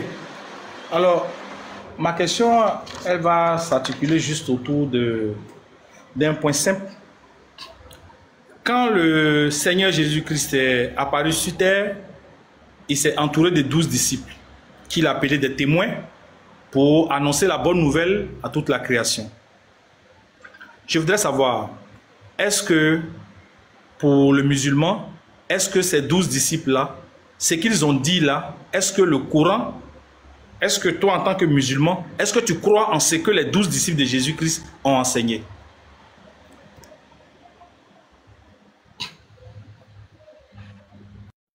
Ouzaz, la question n'est pas trop précise. Hein. Est-ce que je crois en ce que les 10 disciples ont enseigné? Ils ont enseigné quoi? Il faut préciser ta question, frère. Ils ont enseigné quoi? Et puis tu donnes un verset maintenant. On va vérifier, Olivier. Tu vois, il faut appuyer avec un verset. Donc je reprends. Je dis, quand le Seigneur Jésus-Christ est venu, il s'est entouré de 12 disciples pour porter son message. C'était eux qui l'enseignaient en aparté, les autres, il enseignait en parabole. Les 12 disciples, il leur a même enseigné, il leur expliquait les paraboles qu'il enseignait, pour que ceux-là, après son départ, continuent d'annoncer la bonne nouvelle. Je demande, est-ce que tu crois aux disciples de Jésus-Christ? Et est-ce que ta religion croit au ce que les disciples de Jésus-Christ enseignent? C'est ce que j'ai demandé simplement, c'est tout. Vous pouvez déverser dans ça. Ok, bon, ça là, bon, c'est une question qui est imprécise, mais je vais faire l'effort de pouvoir répondre quand même, parce que déjà, Olivier, il fallait donner un verset. Qu'est-ce que les disciples ont enseigné? Mais où ça, tu peux même monter, Inch'Allah. Je vais réellement prendre quelque chose, Inch'Allah. Qu'est-ce qu'ils ont enseigné réellement? Il fallait dire ça. Moi, je t'ai donné l'enseignement que Jésus-Christ a donné. Jésus-Christ a dit, il faut suivre les lois de l'éternel Dieu pour avoir la vie éternelle. Et j'étais même cité comme la loi. Luc 18, à partir du verset 18. Il a cité la loi. Il a cité les œuvres qu'on doit faire. Qu'est-ce que les disciples ont enseigné qu'on doit suivre? Tu vois? Mais comme tu veux les propos des disciples, moi, je vais te donner déjà un test. Quand on va prendre le test dans Acte 11, à partir du verset 26, tu vas voir que les disciples ont dit qu'ils ont fait quelque chose là-bas. Quand on va prendre le test d'Acte, je cherche juste à me mettre à la page. Quand on va prendre Acte 11, à partir du verset 19 par là, on nous dit quoi? On dit les disciples, ils sont allés en Phénicie. Ils sont allés dans l'île d'Égypte et ils sont allés prêcher la parole uniquement qu'aux Juifs.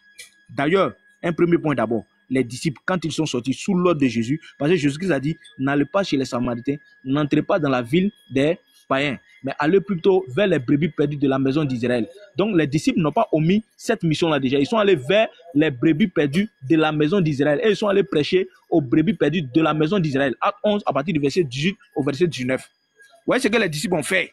Ils sont allés prêcher la bonne nouvelle. C'est quoi cette bonne nouvelle-là déjà? C'est les recommandations de l'éternel Dieu. Parce que Jésus-Christ leur a enseigné aussi la loi donnée par Moïse. Vous voyez ce que les disciples sont partis enseigner. Ils sont allés donner cette bonne nouvelle-là aux gens. Donc c'est simple, frère. Donc moi je ne sais pas, tu es en train de chercher quoi. Bon, Olivier, je pense que tu es mélangé. Donc il faut te réveiller, frère. Hein? Il faut te réveiller. Donc les disciples déjà, ils n'ont pas enseigné. C'est-à-dire, par rapport à ce que toi tu es en train de dire, tu me demandes si moi, musulman, est-ce que je crois en ça déjà?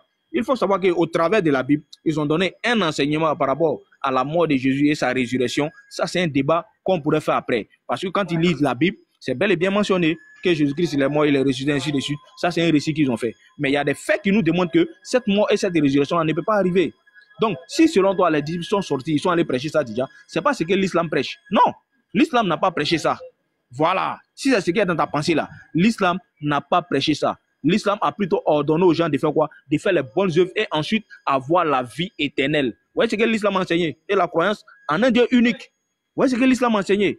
Maintenant, si selon toi, les disciples sont allés enseigner autre chose, il faut comparer les disciples avec les propos de Jésus. Parce que Jésus-Christ a dit, il faut suivre les lois de l'éternel Dieu pour avoir la vie éternelle. Jésus-Christ aurait-il enseigné la loi de l'éternel Dieu et puis maintenant, ces disciples vont venir omettre, c'est-à-dire ils vont venir et ne pas suivre ce que Jésus-Christ a dit. Est-ce que les disciples vont venir dire le contraire de ce que Jésus-Christ n'a pas dit? Donc frère, il y a un problème, frère. Donc à toi de nous faire savoir qu'est-ce que les disciples ont enseigné et que l'islam n'a pas enseigné. Donc si c'est la mort et la résurrection de Jésus là, le Coran a été clair. Sourate 4 à partir du verset 157. On dit Jésus-Christ n'est pas mort. Ils ne l'ont pas crucifié. Donc je m'arrête là. Merci, Diabaté. Merci. Olivier, tu as 1 minute pour rebondir. Je peux avoir... Alors, je lui ai posé la question à dessein. Souvent, quand je pose des questions, il ne voit pas le fond de la question. J'ai posé la question de savoir, est-ce qu'il croit en ce que les disciples de Jésus-Christ ont enseigné? Alors, je vais lui prendre Acte 10, verset 14. Pardon, je vais commencer à partir du verset 13, je vais lire. Attendez, hein. Je vais lire, tout le monde va écouter. Et puis voilà. Oh, j'ai un petit souci avec ma connexion. Voilà. C'est Pierre qui est en train de parler ici. il vit le ciel ouvert et un objet semblable à une grande nappe attachée aux quatre coins descendit et s'abaissa vers la terre. C'est Pierre qui est en train de faire un songe, hein, c'est une vision, où se trouvaient tous les quadrupèdes et les reptiles de la terre. Je te rappelle qu'en Israël, on ne mange pas les quadrupèdes, on ne mange pas les reptiles. Et une voix lui dit, lève-toi Pierre, tue et mange. Mais Pierre dit, non Seigneur, je n'ai rien mangé de souillé ni d'impur. Et pour la seconde fois, la voix se fit encore entendre, ce que Dieu a déclaré pur, ne le regarde pas comme souillé. Cela arriva 3 fois et aussitôt l'objet fut retiré dans le ciel. Je vais avancer un peu plus pour te donner la conclusion où je vais arriver.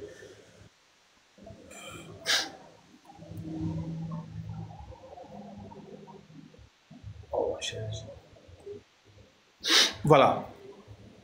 Alors, Pierre va dire que cette vision lui a permis de comprendre que Dieu n'a pas fait acception des incirconcis, sinon des païens. Et donc, cette vision, Dieu est en train de dire à Pierre que lui, Pierre, là, il faudrait que le message de Pierre parte aussi jusqu'aux païens. C'est pourquoi on lui demandait de manger des, comment dirais-je, des quadrupèdes. Bon, je vais m'arrêter comme mon temps est arrivé, je vais revenir dessus. Ok, il y a Sabrina qui dit qu'elle est un peu occupée. Cheikh Adam, déjà c'est les 1 minute pour que Diabaté puisse poser sa question, mais est-ce que tu me permets, Cheikh Adam, juste 1 minute? J'ai un truc à dire avant que Diabaté ne pose la question. Oui, vas-y. D'accord. J'aimerais un peu attirer l'attention des co-débatteurs sur les questions qu'ils posent.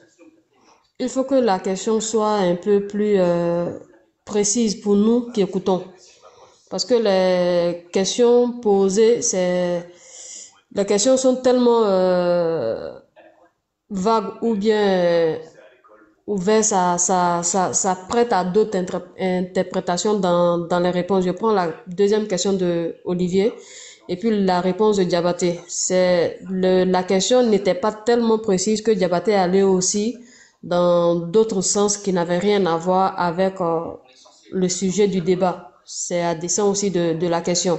Donc, si vous posez la question, essayez de rester dans le thème ou bien d'être un peu plus précis pour que la réponse aussi soit aussi précise.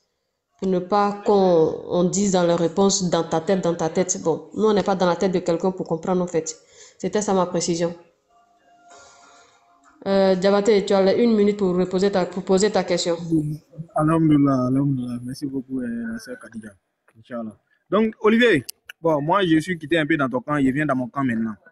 Maintenant, dans mon camp, là, on nous dit dans le Coran, au travers du Coran, Allah dit, ceux qui disent notre Seigneur est Allah, qui ensuite se tiennent sur le droit chemin, ils ne doivent avoir aucune crainte. Ils ne seront point affligés. Ceux-là sont les gens du paradis où ils demeureront éternellement. Olivier, est-ce que selon le Coran, selon ces versets coraniques déjà, qui est écrit noir sur blanc, que les musulmans qui croient en Allah, ces musulmans qui disent que leur Seigneur est Allah, est-ce que ces musulmans-là vont rentrer au paradis? C'est ma question qui est là, une question qui est simple, selon un verset coranique. Est-ce que nous on rentre au paradis? Je veux seulement la confirmation, c'est tout. Vas-y.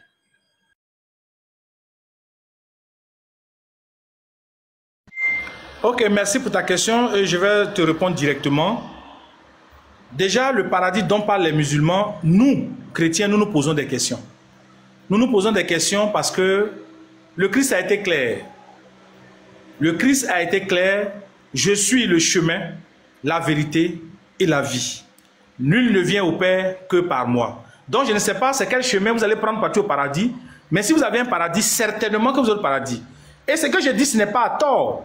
Parce que déjà, le paradis tel qu'il est promis aux musulmans n'est pas le paradis des chrétiens. Je vous donne un exemple simple.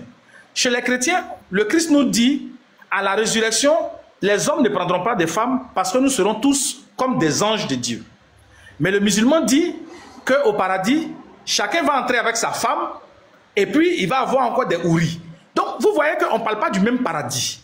C'est ça le vrai problème. Donc, le paradis dont tu parles, sincèrement, ce n'est pas le paradis qu'a prêché le Seigneur Jésus-Christ. Ce n'est pas le paradis du Dieu d'Israël qui s'est manifesté et qui nous a donné à nous, à toutes les extrémités de la terre, la grâce de pouvoir entrer. Parce que les prophéties disent, j'établirai ma montagne et même l'étranger se joindra à mon peuple.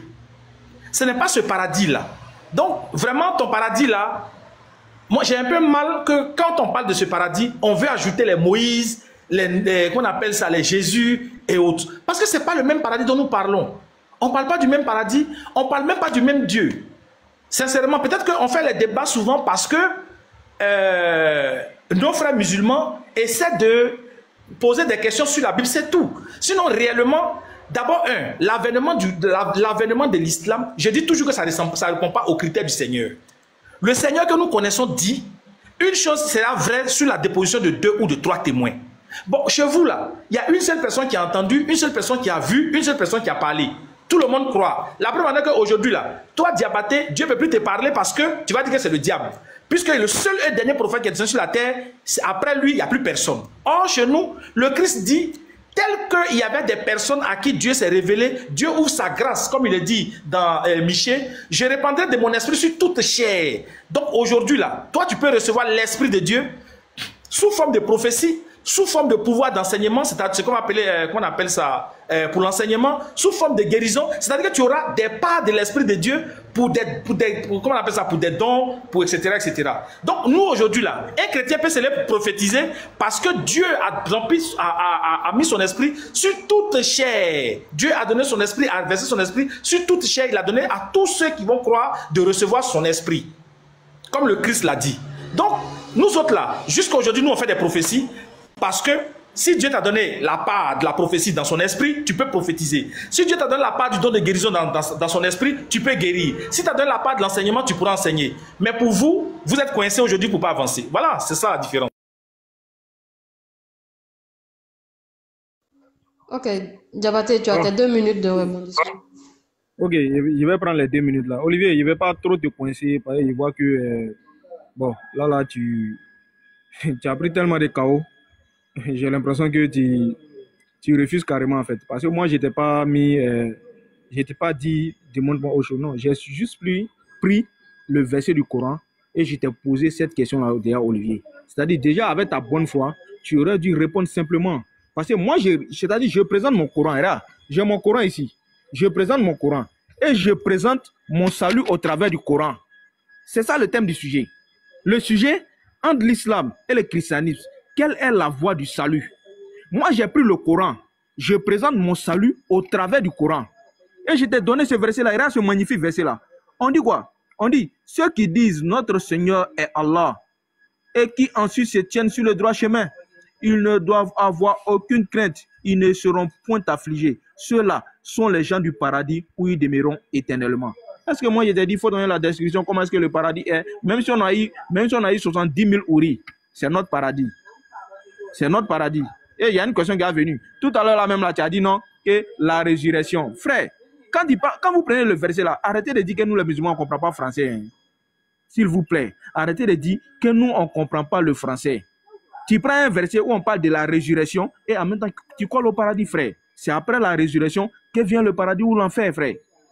Ça, c'est un enseignement. Donc, tu ne vas pas utiliser ce verset-là. Mais je vais te poser une question simple encore par la suite. Tu vas comprendre. Donc, les frères et sœurs, ceux qui nous écoutent, les 200 personnes qui nous écoutent ici, regardez très bien. Le débat était porté entre l'islam et le christianisme. Voici la Bible qui est là. Quelle est la voie du salut? Quelle est la voie du salut? J'ai pris ce seul verset-là. J'ai démontré que la voie du salut, là, c'est l'islam. Parce que nous, les musulmans, on a dit notre Seigneur est Allah. Ensuite, on fait les bonnes œuvres. Ceux-là sont les gens du paradis où ils vont demeurer éternellement. Olivier dit, c'est pas le même paradis. Je ne t'ai pas demandé ça, ce n'était pas ma question, frère. Arrête ça, frère. Hein?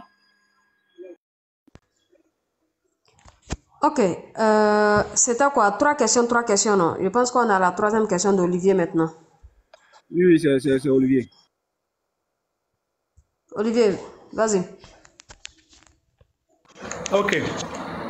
Alors, Diabaté, je te pose une question.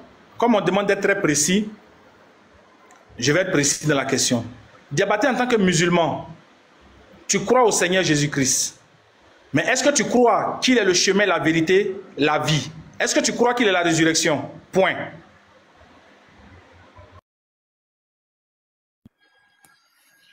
Bon, ça, je pense bien que ça, il a déjà posé sa question. Hein. Donc, on va aller avec ça, Inch'Allah. Tu peux m'en monter un Oussas? Nagaram, tu es là? Si Oussas n'a pas bougé un peu. Non, il est là, il est là. Tu mets les 3 minutes de Diabaté. Ok. Alhamdoulilah Rabbil Alamin. Olivier a posé une question précise pour une première fois. Il dit, est-ce que quand Jésus dit, je suis le chemin, la vérité et la vie, là, est-ce que je crois en ça? Frère, je crois en ça, oui, je crois. Voilà. Quand Jésus-Christ donne ce genre de propos-là, je crois. Mais pour qui? Voilà. Vous voyez cette question-là que nous, les musulmans, on se pose. Pour qui? Ah, ça, vous ne pouvez pas répondre en fait. Pour qui? Je suis le chemin, la vérité et la vie. Pour qui? Allah nous a dit dans le Coran, lorsque nous prenons le Coran, dans la sourate 25, à partir du verset 1er, qu'on exerce la bénédiction de celui qui a fait descendre le discernement sur son serviteur Mohammed, afin qu'il soit un avertisseur à tout l'univers. Sourate 33, le verset 40. Mohammed n'a jamais été le pain de l'œuvre de vos hommes, mais le dernier messager d'Allah. Jésus-Christ a dit, dans la sourate 61, à partir du verset 6, il dit, je suis le messager aux enfants d'Israël. Donc, ici, là, déjà, là, nous, en tant que musulmans, on a déjà deux personnes qui se différencient de leur mission. Le messager Mohammed sallallahu alayhi wa sallam envoyé à toute l'humanité, Jésus-Christ envoyé maintenant aux enfants d'Israël. Est-ce que tu as compris ça? Hein, Olivier? Dans le texte de Matthieu, Jésus-Christ dit, je n'ai été envoyé qu'aux brebis perdues de la maison d'Israël. Donc, avant que toi, tu puisses rentrer dans ce genre de chemin-là, déjà là, hein, il faut être parmi les enfants d'Israël. Il faut être parmi les enfants d'Israël. Mais Olivier, tu n'es pas israélite. Le prophète qui est venu pour toi là, c'est qui? C'est le messager Mohammed sallallahu alayhi wa sallam. Quand tu prends la sourate 7, à partir du verset 57, à partir du verset 157 au verset 158, le verset 158 nous dit quoi? Je suis pour vous tous, ô hommes, je suis pour vous tous le messager d'Allah. Pour vous tous. Donne-moi ce genre de propos là de Jésus. Donne-moi ce genre de propos là où Jésus-Christ a dit, je suis pour tout le monde, pour toute l'humanité, le messager de Dieu. Il faut donner ces propos là. Tu n'y trouveras pas. Jésus-Christ a dit, je n'ai été envoyé qu'aux brebis perdues de la maison d'Israël. Donc quand Jésus-Christ dit, je suis le chemin, la vérité et la vie, là, il est le chemin pour qui? Il est le chemin pour les enfants d'Israël. C'est tout. Et ce chemin-là, il est venu montrer là. Le chemin qu'il est venu montrer, c'est le chemin de Dieu. La voie qui mène vers Dieu, c'est tout. Il n'y a rien. Sinon, tu vas nous dire, autant de Moïse, autant d'Abraham, autant de Nour, autant de Josué, autant de toutes ces personnes-là, ces messagers qui ont précédé le messager Mohammed sallallahu alayhi wa sallam, hormis Jésus lui-même, eux là, à leur époque là, qui était leur chemin? Ces différents prophètes là. Qui était leur chemin? Qui était leur chemin? Or, Allah il nous a dit dans le Coran, dans la sourate 14, à partir du verset 2 par là, si je ne m'abuse pas, il dit, il a envoyé chaque messager avec la langue de son peuple. Donc ça c'est clair. Il a envoyé chaque messager avec la langue de son peuple. Donc là, on voit que les messagers ont été envoyés précisément. Mais par contre, le messager Mohammed sallallahu alayhi wa sallam, lui, il a été envoyé à la totalité des hommes, à la totalité des humains. Je n'ai pas la dit, sinon il y a te lire la dit là ici. Donc, arrête ça après. Donc, Jésus-Christ a été envoyé aux brebis perdues de la maison d'Israël. Olivier, est-ce que toi, tu es israélite pour mériter ce salut-là? Jean 4, 22, car le salut vient des Juifs. Ça, c'est pas moi qui l'ai dit. Hein. Il est là. Il est là. Olivier, tu as 2 minutes de rebondissement. Ok, merci. Tu as prêché, effectivement, ce qu'on vous enseigne dans vos écoles pour vous faire croire que le christianisme, la doctrine du Christ se limite aux enfants d'Israël. Et ça a prospéré. Malheureusement, aujourd'hui, les gens s'intéressent de plus en plus à la Bible et découvrent que c'est faux. Voilà un peu ce que Jésus dit à Matthieu 24 quand il commence à annoncer la fin des temps. Matthieu 24, je vais commencer à partir du verset 7 où on demande à Jésus-Christ comment les choses vont se passer vers la fin des temps. Et Jésus-Christ lui dit, Matthieu 24, verset 7, je lis, on écoute. Une nation se lèvera contre une nation et un royaume contre un royaume. Et il y aura en divers lieux des famines, des tremblements de terre. Jésus-Christ est en train d'expliquer. Hein? Tout cela ne sera que le commencement des douleurs. Alors, on vous livrera au tourment et l'on vous fera mourir et vous serez haïs de toutes les nations à cause de mon nom. Alors plusieurs succomberont et ils se trahiront les uns les autres. Plusieurs faux prophètes se lèveront et ils séduiront beaucoup de gens. Et parce que l'iniquité se sera accrue, la charité du plus grand nombre se refroidira. mais celui qui persévérera jusqu'à la fin sera sauvé. Voilà ce que Jésus va dire pour finir. Cette bonne nouvelle, Diabaté, ouvre tes oreilles, tu as écouté, hein? Parce que tout le temps vous êtes là, non, j'ai mis KO et autres ça. Écoutez, cette bonne nouvelle du royaume sera prêchée dans le monde entier pour servir de témoignage à toutes les nations, alors viendra la fin. Je te ramène à Jean 3,16, on était dans Matthieu. Dieu a tant aimé le monde qu'il a donné son Fils unique, afin que, on n'a pas dit afin que Israël croit, hein, afin que quiconque croit en lui ait la vie éternelle. Donc, vraiment, le Jésus que tu prêches là, je te redemande encore, est-ce que tu crois que c'est le Jésus que nous, que les disciples ont prêché là? Est-ce que tu penses que c'est lui? Il est là, Olivier. Ok, je pense que cette fois, c'est la dernière question aussi de Diabaté. J'ai coupé mon... Ok, Olivier, j'ai posé ma dernière question, Inch'Allah. Olivier, je ne vais pas trop te fatiguer, mais je vais prendre ce beau verset-là et puis bon, tout le monde va tirer sa conclusion, Inch'Allah. Parce que c'est le but. Voilà, parce que moi, je présente mon salut, tu présentes ton salut, Inch'Allah. Donc, Olivier, Allah nous dit, oh mes serviteurs, Surah 43, 68, oh mes serviteurs, vous ne devez avoir aucune crainte aujourd'hui, vous ne serez point affligés. Vous qui avez cru à nos signes et étiez ceux qui se soumettent, c'est-à-dire musulmans, musulmines, entrez au paradis, vous et vos épouses, vous y serez fêtés. Olivier, ma question est très simple. Hein? Ce n'est pas une question qui est compliquée, s'il te plaît. Hein? Sur la base du Coran, selon ce Coran, les musulmans, là, ils vont où? Ils vont rentrer où? Une question très simple. Les musulmans vont rentrer où? Sur la base de ce verset, s'il te plaît.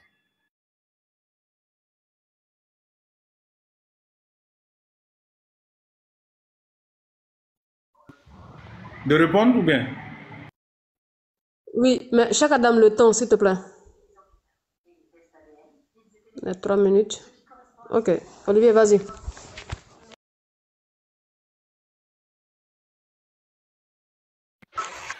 C'est vrai. Tu nous montres des écritures, tu lis ces écritures. Mais la question que je me pose, est-ce que tu crois que c'est vrai? Malheureusement, c'est la question que je suis obligé de te poser. Je dis, le Dieu que nous recherchons tous là, dont nous parlons tous, il a des principes. Aucune écriture ne peut être donnée à ce Dieu-là sans qu'il y ait au moins un principe de validation que lui-même, il a instauré. C'est-à-dire au moins le témoignage de 2 ou 3. J'ai dit ça au début ici et je voudrais que tu fasses asseoir le Coran sur cette doctrine-là.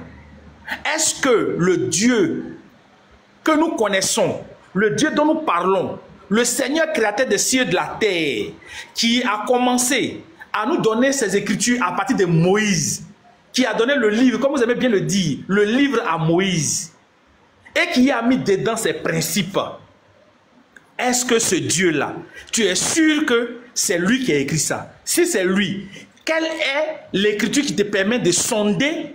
Quelle est l'écriture qui témoigne de ça? Ou bien qu'est-ce qui témoigne de ça? C'est ça le problème. C'est ça le problème. Sinon, le diable est venu trouver Adam et Ève dans le jardin et il leur a dit, vous ne mourrez point, mais au contraire, si vous mangez, vous serez comme des dieux. Ils ont cru à la parole. Donc désormais là, pour ne plus qu'on tombe sous ce genre de séduction là, qu'est-ce que ce Dieu-là a dit? Qu'est-ce qu'il a promis? Tu vas lire ton texte, c'est bien écrit, je suis d'accord, c'est bien beau. Mais frère, quels sont les fondamentaux? Sur quoi tiennent ces écritures?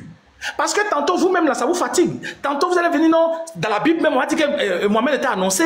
Dans la Bible, comment on appelle ça? Quand on prend Jésus m'a annoncé, le prophète, parce qu'il n'y a pas de légitimité, il n'y a pas de source, il n'y a rien.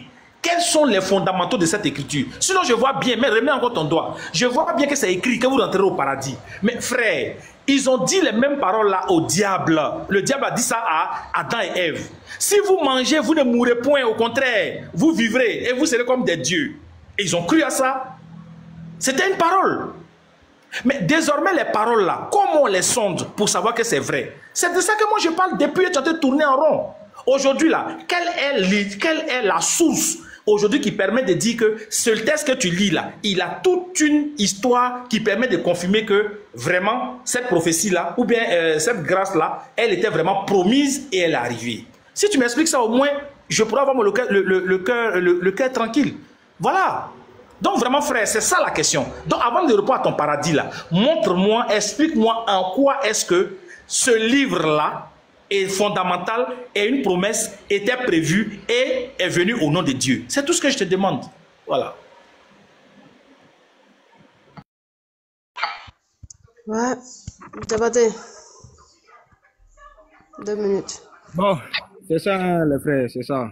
En fait, Olivier, c'est-à-dire, il ne sait même pas par où commencer là. Si tu veux, c'est-à-dire, l'authenticité, ou soit encore de la Bible, ou soit encore du Coran, tu demandes un débat sur ça, on va te le faire. Parce que déjà, moi, je ne t'ai pas posé la question selon toi, ton envie. Non, j'ai posé la question selon l'envie de nous, les musulmans. Nous, les musulmans, on rentre où? C'est ma question qui était là. Pour ça, le temps. Cher Adam. Voilà, il a oublié. Donc, tout ce que je t'ai demandé là, Olivier, nous, les musulmans, là, on rentre où? Donc, à voir que près de 200 personnes, on a vu que tu n'as pas été honnête, Olivier. En tout cas, sur ce coup-là, ça fait 2 fois. Tu n'as pas été honnête. Parce que ici, là, déjà, là, on est en train de parler entre le christianisme et l'islam, quelle est la religion du salut. Donc, chacun présente son salut selon son livre. Donc, moi, je te pose une question maintenant sur mon livre et tu ne me réponds pas. Donc, tu as vu que tu n'as pas été honnête. Les gens t'écoutent. Il y a des chrétiens qui nous écoutent. Il y a les gens aussi qui veulent savoir. Maintenant, moi, je te pose une question sur mon livre, tu dis non. Mais ce n'est pas grave. Les frères et sœurs, les chrétiens, ceux qui nous écoutent, ceux qui ne sont pas musulmans, soyez rassurés aujourd'hui là, que sans l'islam là, vous ne serez pas sauvés. Ça seulement, moi, je vous l'ai dit. Parce qu'au cours du débat déjà, il n'a pas donné de verset qui garantit le salut des chrétiens. Un verset pareil, un verset équivalent à ce verset-là. Le frère là, il n'a pas donné ce verset-là. C'est tout, il n'a pas donné. Il n'a pas fait sortir des versets. Donc Allah il nous a dit, ceux qui disent, c'est-à-dire notre Seigneur est Allah, j'ai montré dans la Sourate 46 à partir du verset 13. Ici là maintenant, là, dans la Sourate 43 à partir du verset 68, on nous dit quoi? Oh mes serviteurs, et les serviteurs d'Allah c'est qui? C'est ceux-là qui sont quoi? Qui sont soumis à la volonté d'Allah, qui sont quoi? Qui sont musulmans. Quand vous regardez ici là, Allah il dit quoi à ses serviteurs en tant que musulmans? Allah il dit quoi? Allah il dit, ses serviteurs en tant que musulmans là, entrez au paradis. Eh frère, tu devais être honnête au moins pour reconnaître ça. On ne peut pas avoir la même foi. Mais quand même là, reconnaître que selon mon livre, nous les musulmans là, on a la garantie de notre salut. Reconnais ça au moins. C'est pas parce qu'on fait un débat hein, que tu vas te jouer tu n'es pas honnête, frère. Tu n'es pas honnête. Voyez ça qui est écrit ici, noir sur blanc. Musulmans entrez au paradis. Hein, Olivier? Il est le... Je pense que c'est arrivé. C'était la fin de la série de questions. On passe maintenant aux 5 minutes de conclusion. Cheikh Adam, tu peux déjà mettre les 5 minutes. C'est Diabaté qui commence la conclusion, non? Et puis Olivier termine. C'est bien ça? Voilà, oui, effectivement. C'est moi qui devais terminer. Donc, Ok, ça, tu peux Cheikh même... Adam, le temps.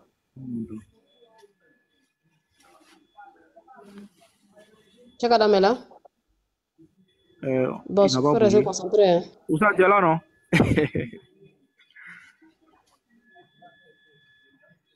Aïe. Il doit être un peu occupé. Non, Sabrina, As de cœur et puis Khadija, c'est vous qui devez parler, pas moi. Oui, on a fini, on t'attend pour le temps. Il faut mettre les 5 minutes.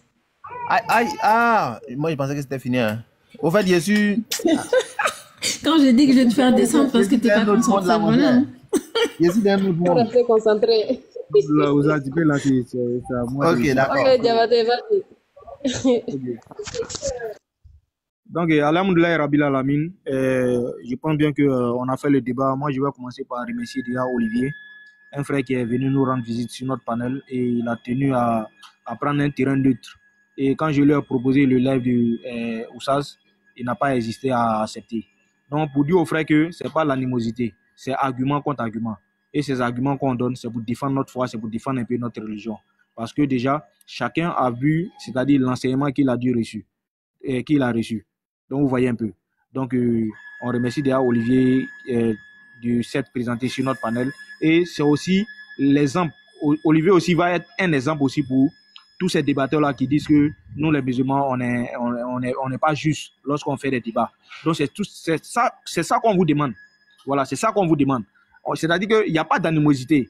Il n'y a pas à faire de dire non. Olivier même peut venir me voir un jour. Ah, débattre, je vais venir te voir dans ton quartier. Voilà, je vais venir débattre avec toi. Olivier, regarde un peu. Il va te montrer quelque chose dans mon temps, dans ma conclusion. Regarde un peu. Hein. Je suis juste dehors, dans mon quartier, et tu vas comprendre quelque chose. Regarde, je suis sur une petite table. Et ça, c'est mon quartier, tu vois. Tu peux venir, tu me rends visite. On a nos cahiers qui sont là. Et c'est ce qu'on demande aux frères chrétiens. Venez vous asseoir. Les livres sont là. Les documents sont là. On s'assoit, on fait des débats cordiaux. Si tu veux, tu mets ton selfie. Si tu veux, tu mets tout ce que tu veux. Tu peux programmer où tu veux. En tout cas, tu fais ce que tu veux. Voilà. Vous venez vous asseoir. On fait ces débats-là déjà. Donc, c'est un peu ça. Donc, c'est pour vous dire en gros que c'est des débats fraternels. C'est des débats où il n'y a pas palabre, où il n'y a pas de querelle. C'est-à-dire des débats où on n'injure pas. Voilà. C'est ce qu'on demande. C'est-à-dire, dans le bon entente, on ne peut pas être forcément d'accord. On ne peut pas être forcément d'accord. Mais chacun fait attendre sa vérité.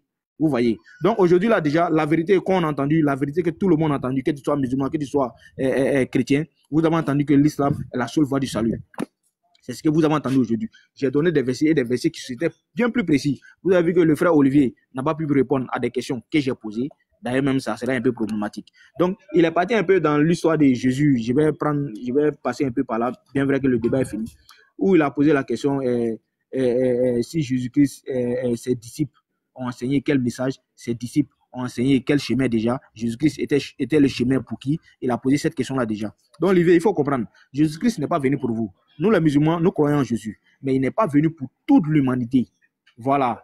Il n'est pas venu pour toute l'humanité. Il est venu uniquement pour les enfants d'Israël. Lui-même, il a dit, quand on prend la Sourate 61 à partir du verset 6, Jésus-Christ dit, je suis le messager aux enfants d'Israël. Lorsqu'on rentre dans la Bible, quand on prend Matthieu 14, 24, Jésus-Christ nous dit, je n'ai été envoyé qu'aux brebis perdues de la maison d'Israël. Donc c'est clair, ces propos-là. Jésus-Christ lui-même, quand il donnait l'ordre à ses disciples-là déjà, là, il a dit, allez par tout le monde. Mais n'entrez pas dans telle ville, la ville des Samaritains. N'entrez pas dans la ville des païens, mais allez vers plutôt les brebis perdues de la maison d'Israël. Vous voyez ce que Jésus-Christ a dit. Et les disciples d'ailleurs, ils n'ont pas omis de suivre cette instruction-là déjà. Ils n'ont pas omis ça. Ils n'ont pas omis ça. Voilà pourquoi dans Actes 11 à partir du verset 19, on dit quoi? Ils sont allés dans l'île d'Égypte, ils sont allés en Phénicie, ils sont allés par tout le monde, mais ils ont prêché la parole à qui? Uniquement qu'aux Juifs. Donc c'est pour vous dire, Jésus-Christ n'est pas venu pour vous. Mais le seul messager qui est venu pour l'humanité, c'est qui? C'est bel et bien le messager Mohammed sallallahu alayhi wa sallam. Parce que le Coran le confirme, la Bible aussi le confirme. Parce que Jésus-Christ a parlé d'un consolateur, ça c'est un autre débat. Mais le Coran nous dit quoi? Dans la Sourate 25 à partir du verset 1er, qu'on exalte la bénédiction de celui qui a fait descendre le livre du discernement sur son serviteur Mohammed, afin qu'il soit un avertisseur à tout l'univers. Donc le dernier messager envoyé par Allah, qui a été le sceau des messagers, dans la Sourate 40 à partir du verset, dans la Sourate 33 à partir du verset 40, il est quoi? Il a été envoyé à tout l'univers. Voilà pourquoi il dira dans la Sourate 7, à partir du verset 158, ô homme, je suis pour vous tous le messager d'Allah. Donc c'est pour vous dire, vous en tant que chrétiens, qu'il n'y a de salut que l'islam. Allah il nous a dit, quiconque désire une autre religion que l'islam ne sera point agréé, il sera dans l'au-delà parmi les perdants. Donc ces versets-là sont clairs. C'est très clair. Donc c'est pour vous dire aujourd'hui là, si vous n'êtes pas musulman, votre salut sera mis en cause.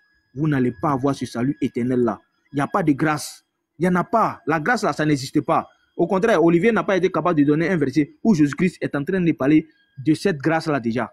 C'est-à-dire, le péché qu'Adam a commis, où Jésus-Christ a parlé de ça là. Olivier n'a pas été capable de donner ce verset. Et aujourd'hui là, Olivier a mis en cause la loi que Jésus-Christ a enseignée. Tout le monde a entendu. Jésus-Christ a dit qu'il n'est pas venu pour abolir la loi. Jésus-Christ a dit que la loi de l'éternel Dieu là, c'est ce qui donne la vie éternelle. Olivier dit non. Les propos de Jésus là, je ne prends pas. Donc tout le monde a tiré sa conclusion. Et je remercie Allah Zawajal de m'avoir permis de pouvoir faire passer le message. Et bon, ça c'était l'objectif. Voilà, la vérité de l'islam a apparu et l'erreur a disparu quand l'erreur est destinée à disparaître. Inch'Allah. Ok, Barakallahu Fika Diabaté. Olivier, tu es là? Tu es prêt pour tes 5 minutes? Oui, je suis là. Okay. Alors, donc, comme on tire à la fin du... Allez-y, mettez le chrono. Alors, comme on tire à la fin du débat, je voudrais d'abord remercier Cheikh Adam pour avoir accepté d'héberger l'échange. Remercier le frère Diabaté. Je pense qu'on en aura plusieurs parce que je suis disciple de Jésus-Christ et nous devons prêcher. Nous prêchons et le Seigneur se charge de faire germer la graine dans le cœur des personnes comme les Diabatés qui continuent de fermer leur cœur à la vie éternelle. Je voudrais aussi remercier les sœurs qui ont participé à ce débat, qui ont vraiment permis qu'il soit organisé et ordonné. Vraiment que la grâce du Seigneur, même si vous ne l'acceptez pas, soit avec vous. Alors, je vais chercher à faire le résumé de choses.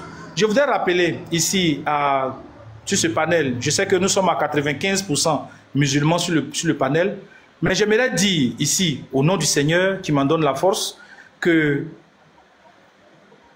on vous a trompé en vous faisant croire que Jésus-Christ était destiné seulement aux enfants d'Israël, avec un seul verset, d'ailleurs mal compris, puisqu'à la fin du verset, quand on regarde, on voit que même la dame qui était en question, qui n'était pas enfant d'Israël, a été exaucée. On prend un seul verset, mais je vous rappelle que le Seigneur Dieu Tout-Puissant dit, pour qu'une chose soit vraie, il faut au moins 2 ou 3 témoignages. Et à part ce seul verset, il n'y a rien d'autre. Et quand on est offensif sur la question et qu'on met à mal leur croyance, la seule doctrine qui sort, la Bible a été falsifiée.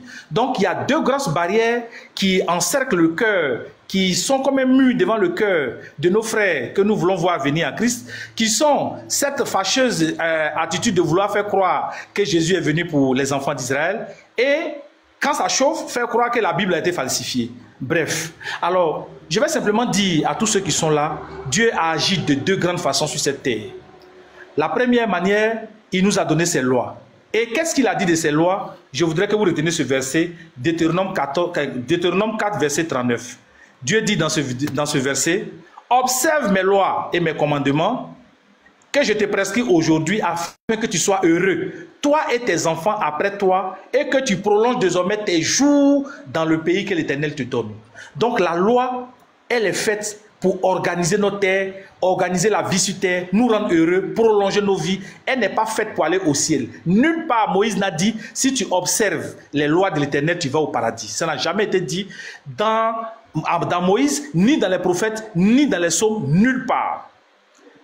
Mais quand vous prenez Luc, quand le Seigneur Jésus-Christ arrive, les gens lui demandent, puisque en Israël, les gens attendaient le royaume des cieux, on lui demande, les pharisiens demandent en Luc 17, verset 30, notez aussi ces 2 versets, vous allez voir la différence. Voilà, j'ai dit Deutéronome 4, verset 39, Luc 17, verset 20. Vous prenez en Luc 17, verset 20, qui a même d'autres versets pareils. Les pharisiens demandaient à Jésus, quand viendra le royaume de Dieu? Et il leur répondit, le royaume de Dieu ne vient pas de sorte à frapper les regards. Il ne vient pas de sorte à frapper les regards. On ne dira point, il est ici, il est là-bas, car voici, le royaume de Dieu est au milieu de vous. C'est pourquoi Jésus va dire, nul ne viendra au Père que par moi. Il est le royaume des cieux. Le paradis que nous cherchons là, c'est Jésus-Christ, il n'y a pas autre chose. Mon frère Diabaté a soulevé une question pour dire que je n'ai pas montré un verset où on dit que les chrétiens vont au paradis, ou bien j'ai traversé les paroles de Jésus qui dit qu'il faut observer les commandements. Frère Diabaté, Jésus a demandé, il y a un monsieur qui avait demandé à Jésus, que dois-je faire pour obtenir la vie éternelle? Jésus va lui dire, observe les lois, parce que il est d'abord sur terre, il est vivant, il est sur terre, et c'est la première bénédiction. Il faut être sur terre, observe les lois, et tu prolongeras tes jours. Et il dit au Seigneur, mais j'observe toutes mes lois. Maintenant, le Seigneur va lui donner maintenant la deuxième partie, qui sont les cieux. Parce qu'aujourd'hui, nous avons une vie terrestre, mais nous devons avoir une vie céleste. Alors Jésus va terminer le verset pour lui dire, alors vends tous tes trucs, tes biens, et suis-moi. Et il est devenu triste. Le royaume des cieux est forcé, et ce ne sont que les violents qui s'emparent. C'est ça la réalité. Donc, ne confondez pas les lois, ne confondez pas le royaume des cieux, la grâce du Seigneur. Le royaume des cieux est venu à nous par Jésus-Christ. Saisissez ça. Laissez les débats de non, Jésus-Christ n'est pas Dieu, il est Dieu. Jésus-Christ est la manifestation du Dieu. Le Christ, c'est la manifestation du Dieu, que ce n'est pas un ange, c'est pas rien. C'est pourquoi quand vous prenez les prophéties, vous allez voir que les gens ont demandé à Jean, es-tu le prophète? Es-tu Élie? Es-tu le Messie? Parce que les gens font la différence entre les prophètes, entre le Messie et Élie lui-même. Parce que c'est ça, la puissance de Dieu. Alors vraiment, chers frères, j'espère que j'ai essayé de donner la parole de Dieu, mais j'espère qu'on aura plusieurs discussions comme ça. Voilà, l'évangile c'est déjà le salut, alors attrapez le salut. Il n'y a aucun autre salut à part Jésus-Christ. Que Dieu vous bénisse. Merci. Ok, merci beaucoup Olivier aussi pour sa belle conclusion. Sabrina, tu es là?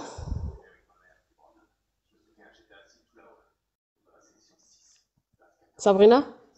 Bon, ok, d'accord. Azeka, tu es là? Oui, je suis là, je suis là.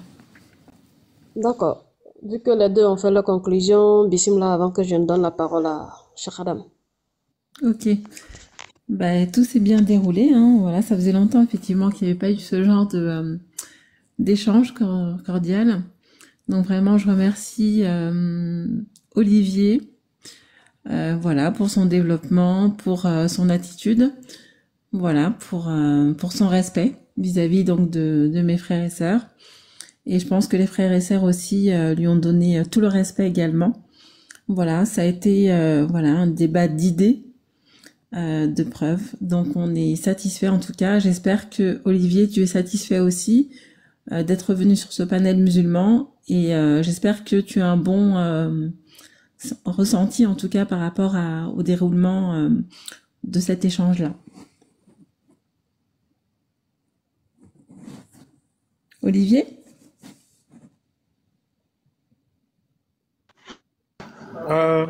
Oui, oui, oui, oui. Oui, comme j'ai dit d'entrée, avant ma conclusion, j'ai dit vraiment que moi, Cheikh Adam, c'est quelqu'un que je connais. On a plusieurs fois eu des échanges, des débats. Je monte souvent sur son panel.